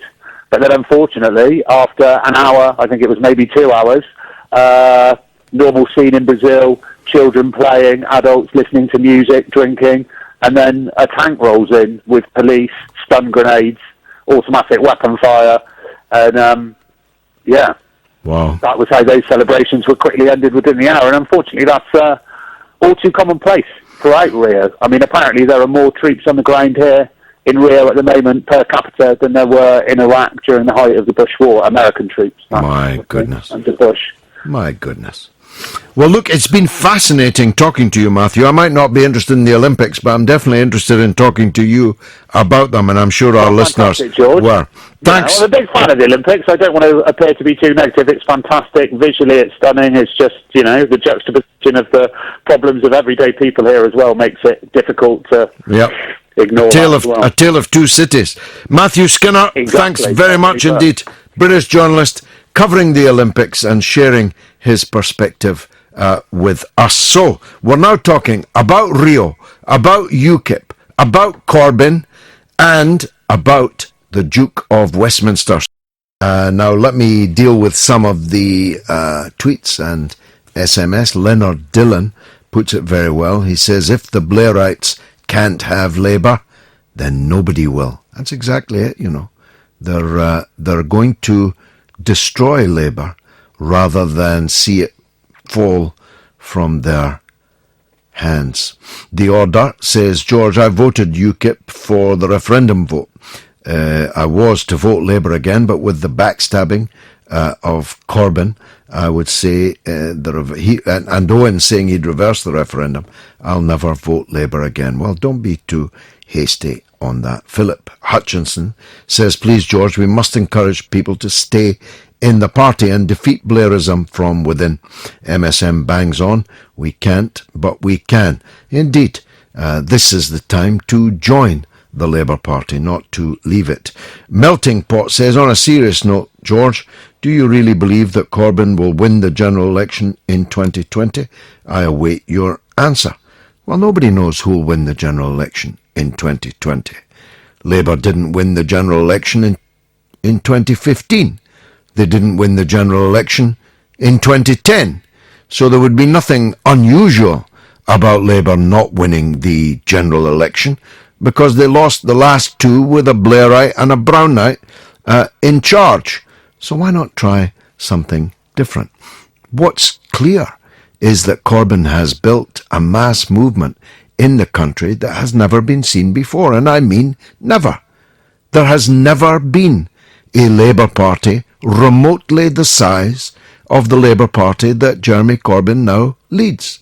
And I am, as a public speaker, able to fill halls around the country, but Jeremy Corbyn fills entire public squares. He doesn't speak in halls because there are no halls that could hold the numbers of people who are coming to hear him speak. That's a real phenomenon, and it's one that we have never seen in Britain before. And I was one of the late and great Tony Benn's right-hand men. I travelled around the country with him during his campaign in 1981 to be deputy leader of the Labour Party. I thought that was as good as it gets, as big as it gets. But Corbyn's movement is even bigger than that. Here's Joe in Chapel Hall on the line. Joe, welcome. Yeah, welcome, George. George, I was born into a family of 9 children in East End of Glasgow. Now our ages range from 81 to 67. We voted Labour staunch all our days, worked for the trade union movements a lot of years, and up until we saw Ed Miliband and Brown and company walking arm in arm with the Tories at the Scottish referendum, then we had to cease. And we stopped voting Labour. However, since Corbyn has come back, then as a family we're starting to realise, getting back to, here's a man with socialist policies, true Labour policies. But we're getting termed as Trotskyites to this deputy leader Watson. Yeah. And the point we're making is who gives him the right to call me or my other brothers and sisters Trotskyites? Who does him that right? How does he feel that he's got the right to label us as Trotskyites? It's fought all our days for Labour and the trade union movement. Well, it's a good point. A very good point, Joe. If he'd showed up tonight, I would have asked him that in the bluntest terms, as you can imagine. But these smears and slanders and this mud and lies that has accompanied as a cacophony this whole leadership question, we're now being told, this very night on the radio, we're now being told that that'll start again immediately after this leadership election is over. They're going to do this, Joe, every single year. Good. Let them bring it on. It's unbelievable. I mean, there'll be nothing left. It's a scorched earth tactic, isn't it? They're ready to destroy Labour rather than see Corbyn lead it. Well, that's true. That's so true. He's going to need to get tough, Joe. Never mind Trotskyites. They're going to need to bring in some hard men and hard women to knock this thing into shape. I've told my brothers and sisters that I'm not rejoining the Labour Party. I'll only rejoin the Labour Party the day that you rejoin the Labour Party. God bless you, Joe. Maybe I will, and maybe I'll be back up in Scotland, in which case I'll look you up. Joe, thanks for that beautiful call. You really touched me there. Andrew is in Ireland. Let's hear from him. How are you, George? I'm good. Yes, I wish I could vote for the Labour Party in the north of Ireland. Yes. Surgeon always thinks that they have no say in the UK elections. At least Scotland can vote Labour. Yes, it is. It's a historical situation that I don't think is ever going to change, Andrew, because the historic position of the Labour Party is that the north of Ireland is a part of Ireland, and therefore Irish parties should contend for power there. What do you say? Yeah, I agree with that. But I wish, if we could have something like that, which could represent like all of Ireland and could be. Well, there's quite a lot of left wingers getting elected now in the Irish Parliament and in the Assembly in the North. I see that Eamon McCann was recently elected. Oh, People Before Profit. Yeah, that's a good party, but the only problem is it doesn't stand in my constituency. So I'd like it to come to the east of the island. Anyway, tell me what's your take on what's happening?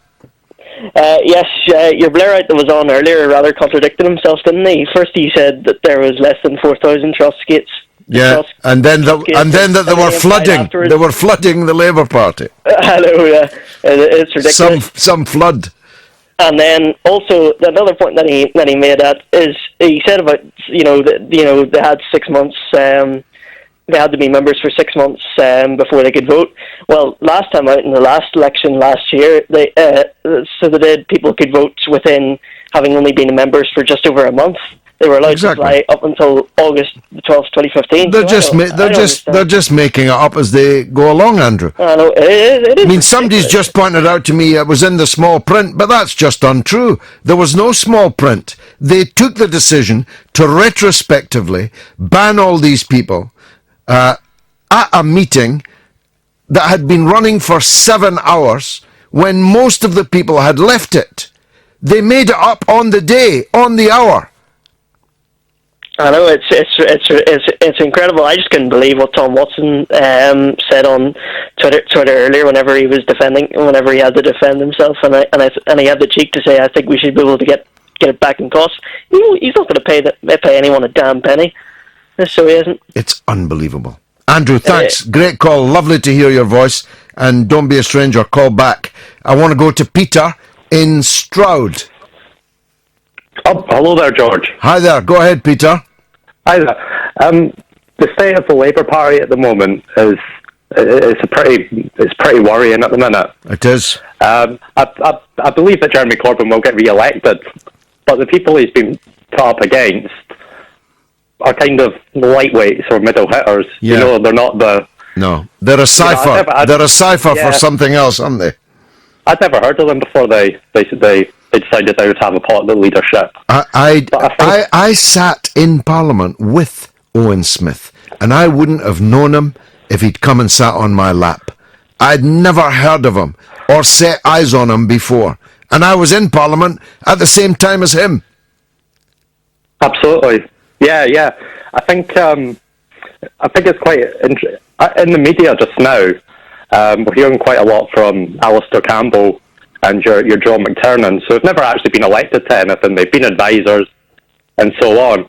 But what I thought was pretty shocking was in the Telegraph this week, John McTernan wrote an article saying that the Tory party should smash the RMT over these strikes in the Southern Rail, which frankly is a preposterous proposition for a Labour supporter of any sort. That was certainly startling, I must confess, even though John McTernan is on the right of the Labour Party. I've never, I think, seen anyone in the Labour Party from any wing call for a Tory government to smash a trade union, one that is actually affiliated to the Labour Party. In this case, the ASLEF and the TSSA are both historic affiliates of the Labour Party. So it was startling, to say the least. Peter, that's not a Stroud accent you've got. Are you Scottish? Not at all. Yeah. I'm a Glaswegian. Excellent. I like the way that even when Scottish people move south, Stroud is pretty far south, you can still tell that they're from the old country. Now, somebody called Mark says, it's funny that when Corbyn goes to court for a decision, it's okay, and anyone else, it's wrong. But Corbyn hasn't gone to court for a decision. Corbyn's not been in court. He's never brought anything to court. Mark, you're talking out of your backside.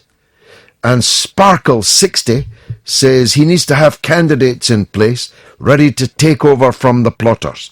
Properly vetted, credible candidates. Yep, absolutely. Harry says, I never thought this could happen.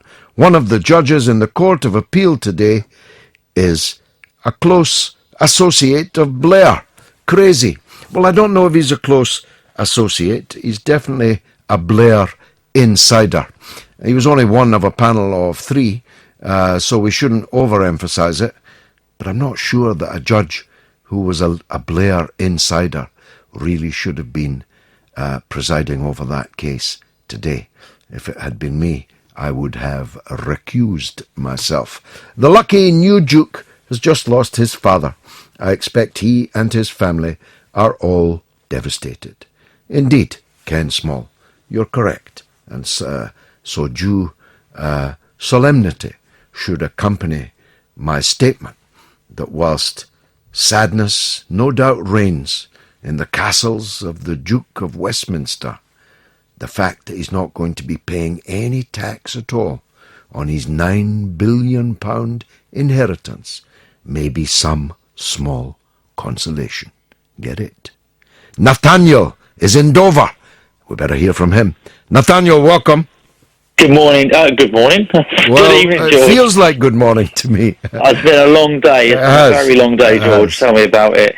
I've rejoined Labour back in September last year when it all started to kick up with the new Labour leadership election. To be honest with you, I had absolutely zero interest. I walked away from Labour back in when Ed Miliband took up because, you know what, they're Tories in their times. I mean, they don't give a toss if they lose an election, because at the end of the day, they're going for the same policies that May's government are going for. Yeah. So, of course, they're going to try and destabilise what Corbyn's trying to do, because then they can keep their £70,000 salaries.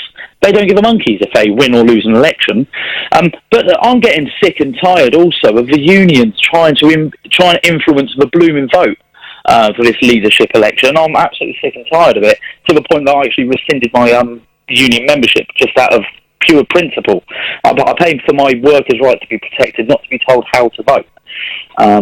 Is the bottom line on that, to be perfectly honest. And you know what, George, we need more people like you back in the Labour Party, to be honest with you, because you speak your mind. You're not afraid to beat around the bush, mate. People like you are needed in and around there. Well, I certainly would strengthen the side, and Scotland is the obvious place to send me. He should make me the Shadow Secretary of State for Scotland. I'd be ready to take that position. Nathaniel, thanks a lot, my friend. Let's go to Scotland and hear from Grant in Alloa. Go ahead, Grant. Hi there, George. Hi. Good to be back on. Can I just say, by the way, there's been some cracking calls on the night, some really, really good calls. It's been fantastic. Yeah, it's been a great show.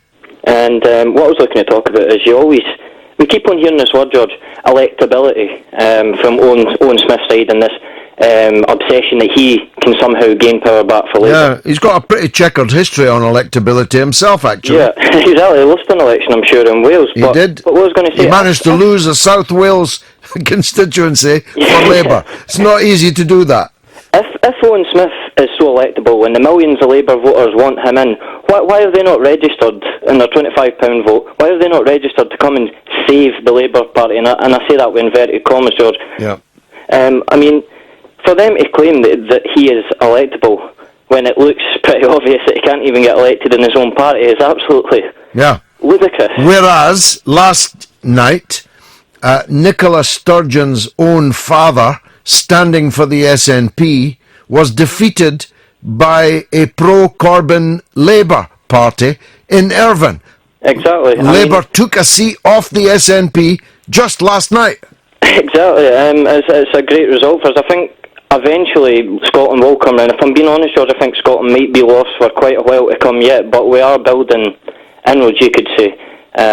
I do consistently hear from my friends who are nationalists. So they say, we like Corbyn, but can we trust the Labour Party when they look at all the people still in the kind of... Well, you look at the elites within the Labour Party, they don't trust them, but they like the ideas that Corbyn's putting across. I mean, that's a legitimate question. You would have to say that it's legitimate to question whether Corbyn's going to last the course. Are they going to finally, by one means or another, destroy his leadership? That's a legitimate question. But I think the result that I referred to in Irvine yesterday indicates that Scotland is at peak Sturgeon, that the SNP are very strong, but they'll never get stronger than this. And their appeal is beginning now to degrade. And the endless obsession with referendums and breakaways and a hard border between Scotland and England, which would of course have to be if Scotland left and did succeed in joining the EU. There would have to be a hard border with England, with customs posts and all of that. I'm not sure that the SNP aren't beginning to lose their lustre a bit, Grant.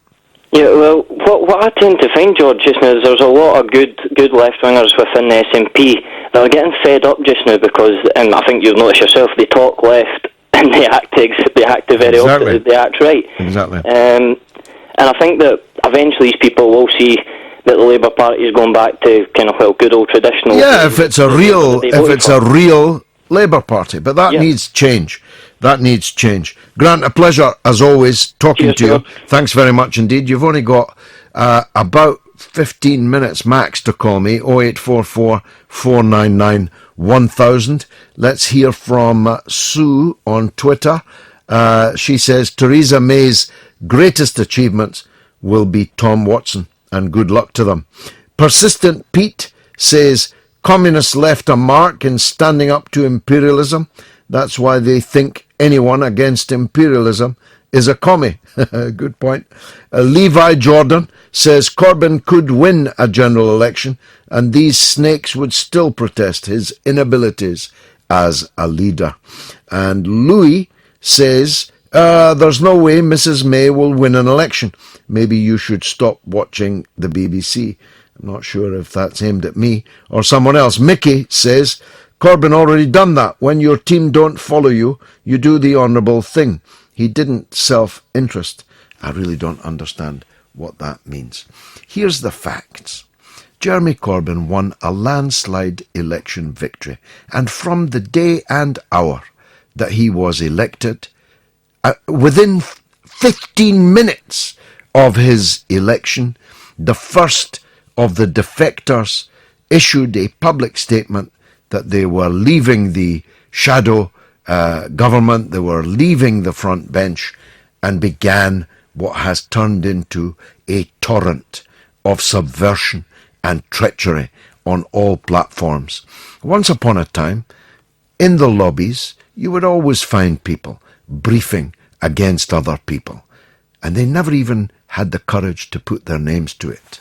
Now, such is the level of treachery that the whole country knows who these traitors are, because they are openly going on television, going on radio, in Parliament. They're shouting abuse at their own leader, telling him to shut up and sit down. They're on TV on the hour, every news bulletin. They're on all social media platforms, and when you speak back to them, you're accused of bullying and misogyny. I mean, you really couldn't make this up. London Blessed says they know they lost their grip on the party, and so they're trying to damage anything they can on their way out. And Nathaniel Richards, I don't know if that's a different Nathaniel to the one we spoke to, I attribute them to the baddies who blew up their evil lair and escaped the hero in a submarine. Dr. Evil. Gary says, if there's witch hunts on the left, these right-wing saboteurs need to be dealt with. Well, that's undoubtedly true. Liam says, Owen Smith is saying Corbyn is unelectable. He doesn't even say why he thinks that. Just a backstabber. That's all. That's been a great show tonight. It felt like old times to me. I hope it has to you. Paddy McIntyre says it's a crazy time in politics, but Corbyn has got it sussed. He just keeps it honest, and people aren't stupid. Indeed, they're not. Thanks for that. Derek's in Rochdale. Let's hear from him. Derek, go ahead. Just wanted to say, the more I watch and the more I listen and the more I read the mainstream media on the Labour leadership election, the stronger my resolve becomes to continue my support for Jeremy Corbyn. Excellent. It has been quite unprecedented level. I mean, I've lived through many of these things, Derek. I've, of course, had a witch hunt or two myself, but I've lived through the witch hunt against Mr. Benn, against Mr. Scargill, against Ken Livingstone. But this is on a wholly new level, because this is the leader of the opposition that we're talking about. There is no lie, no smear, no tactic so base that it will not be used to try and unhorse a good and honest man. That's all Corbyn is. He's not a communist, a Trotskyist, a Marxist, or any other kind of ist. He's just a good and honest man.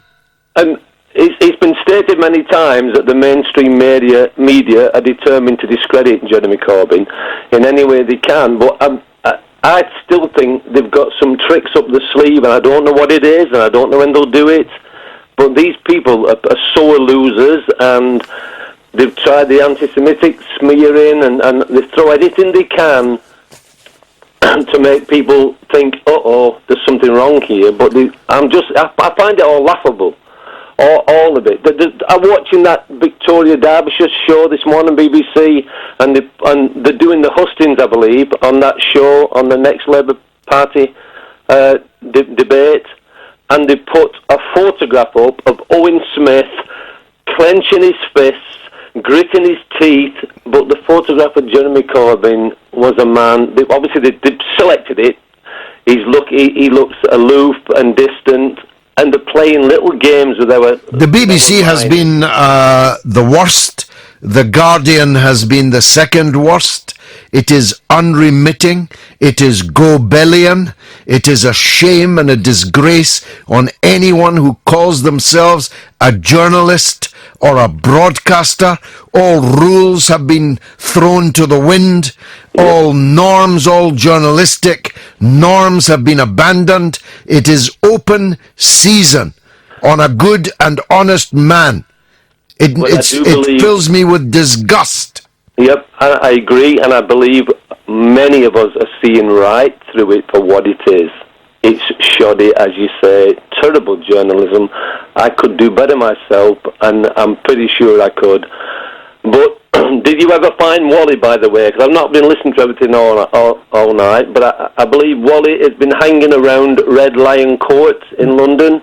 Well, I wouldn't go into his private life, but Wally has at least given an excuse for not coming tonight, namely that he's speaking at a conference elsewhere. But the big ugly bear, Tom Watson, he didn't even reply, even though hundreds of people tweeted him directly today, encouraging him to accept my invitation to come on the show tonight. And as I said at the beginning, I have a long and comradely relationship with Tom Watson, and the text messages to prove it over several years. So he would have got a fair chance with me tonight. I would have been prepared to listen to the argument he has to make that this is all a Trotskyite twist. I would have given him plenty of time to explain why, but he didn't have the guts to show up or even to decline to show up. And he's the deputy leader of the Labour Party, I remind you.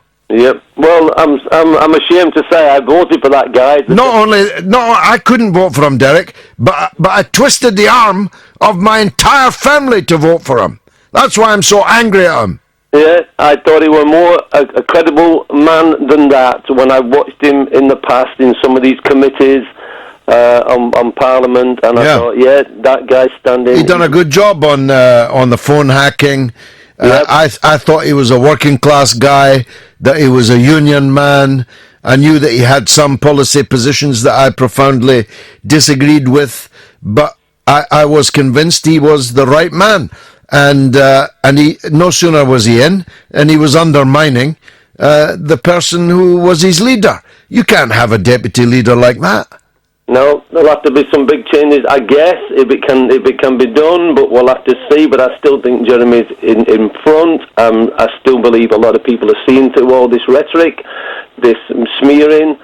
At least I hope they are. Well, that's important, Derek. Rather than the deflection. But I know I don't get long to talk to you, but in terms of the hustings, I was just looking at the two people who have chaired these online discussions, and we've all often said that Jeremy gets don't get a fair crack at the whip. Would you know who picks these people? And I mean, for instance, it was Sophie Ridge. Yeah, from Sky. From Sky, who we presume would be anti-Corbyn. Catherine Haff-Jones, who I don't know, but she's still from the main media. I think they both did okay. They seem fairly balanced, but who's coming up next? Alistair Campbell, is he going to do one? No, they do it all from behind. This entire coup has been coordinated from the start by Tony Blair, Peter Mandelson and Alistair Campbell. They are the evil geniuses behind it all. They're the people that open the doors for the money that's funding it. Who's paying for Owen Smith's campaign? I want to know that. Who's paying? Well, you'll have to get him on and to put that to him, but as we know, he won't come on. No. Where's Wally? Where's Wally? He's in Red Lion Court, I think, or that area. Okay. Getting his instructions and his attack lines for the hustings to improve his standing. All right, I'll drive by Red Lion Court just to see how insalubrious a quarter it turns out to be. But I'll take your word for it, Derek in Rochdale. Many, many thanks for that. We're finding out, I think, on the show tonight that it isn't working, and this is a big blow for them. You see, they thought they could do all this without an election. They thought they could force Corbyn to chuck it, to say, look, it's insurmountable, it's too big a problem. I'm 67, they thought he'd say. I can't be doing what this is going to put me in my grave, this constant backstabbing and subversion.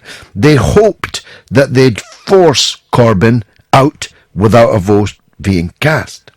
Then they hoped that they could challenge him and rule him off the ballot paper. They really, really thought that. They thought that the leader of the Labour Party could be turfed out in an election by keeping him off the ballot paper. And then that failed. And so their attention now has turned to ballot rigging. That's what this is. It's nothing more or less than ballot rigging. They said there's 130,000 people joined the Labour Party after Corbyn's victory. It's quite likely that the overwhelming majority of them will vote for Corbyn again. So let's invent a backdated, retrospective, 6-month rule that rules every last one of them out.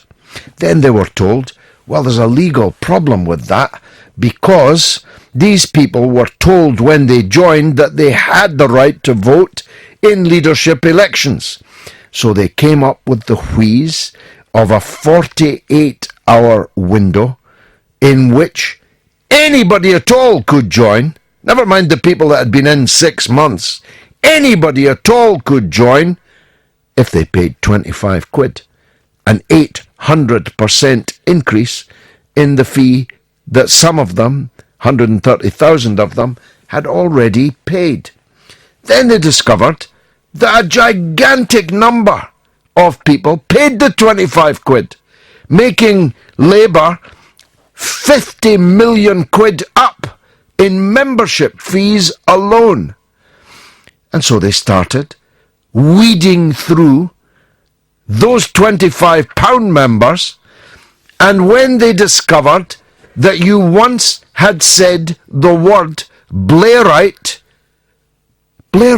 they called themselves Blairites, but if you called them a Blairite on social media, that was enough to have you ruled out.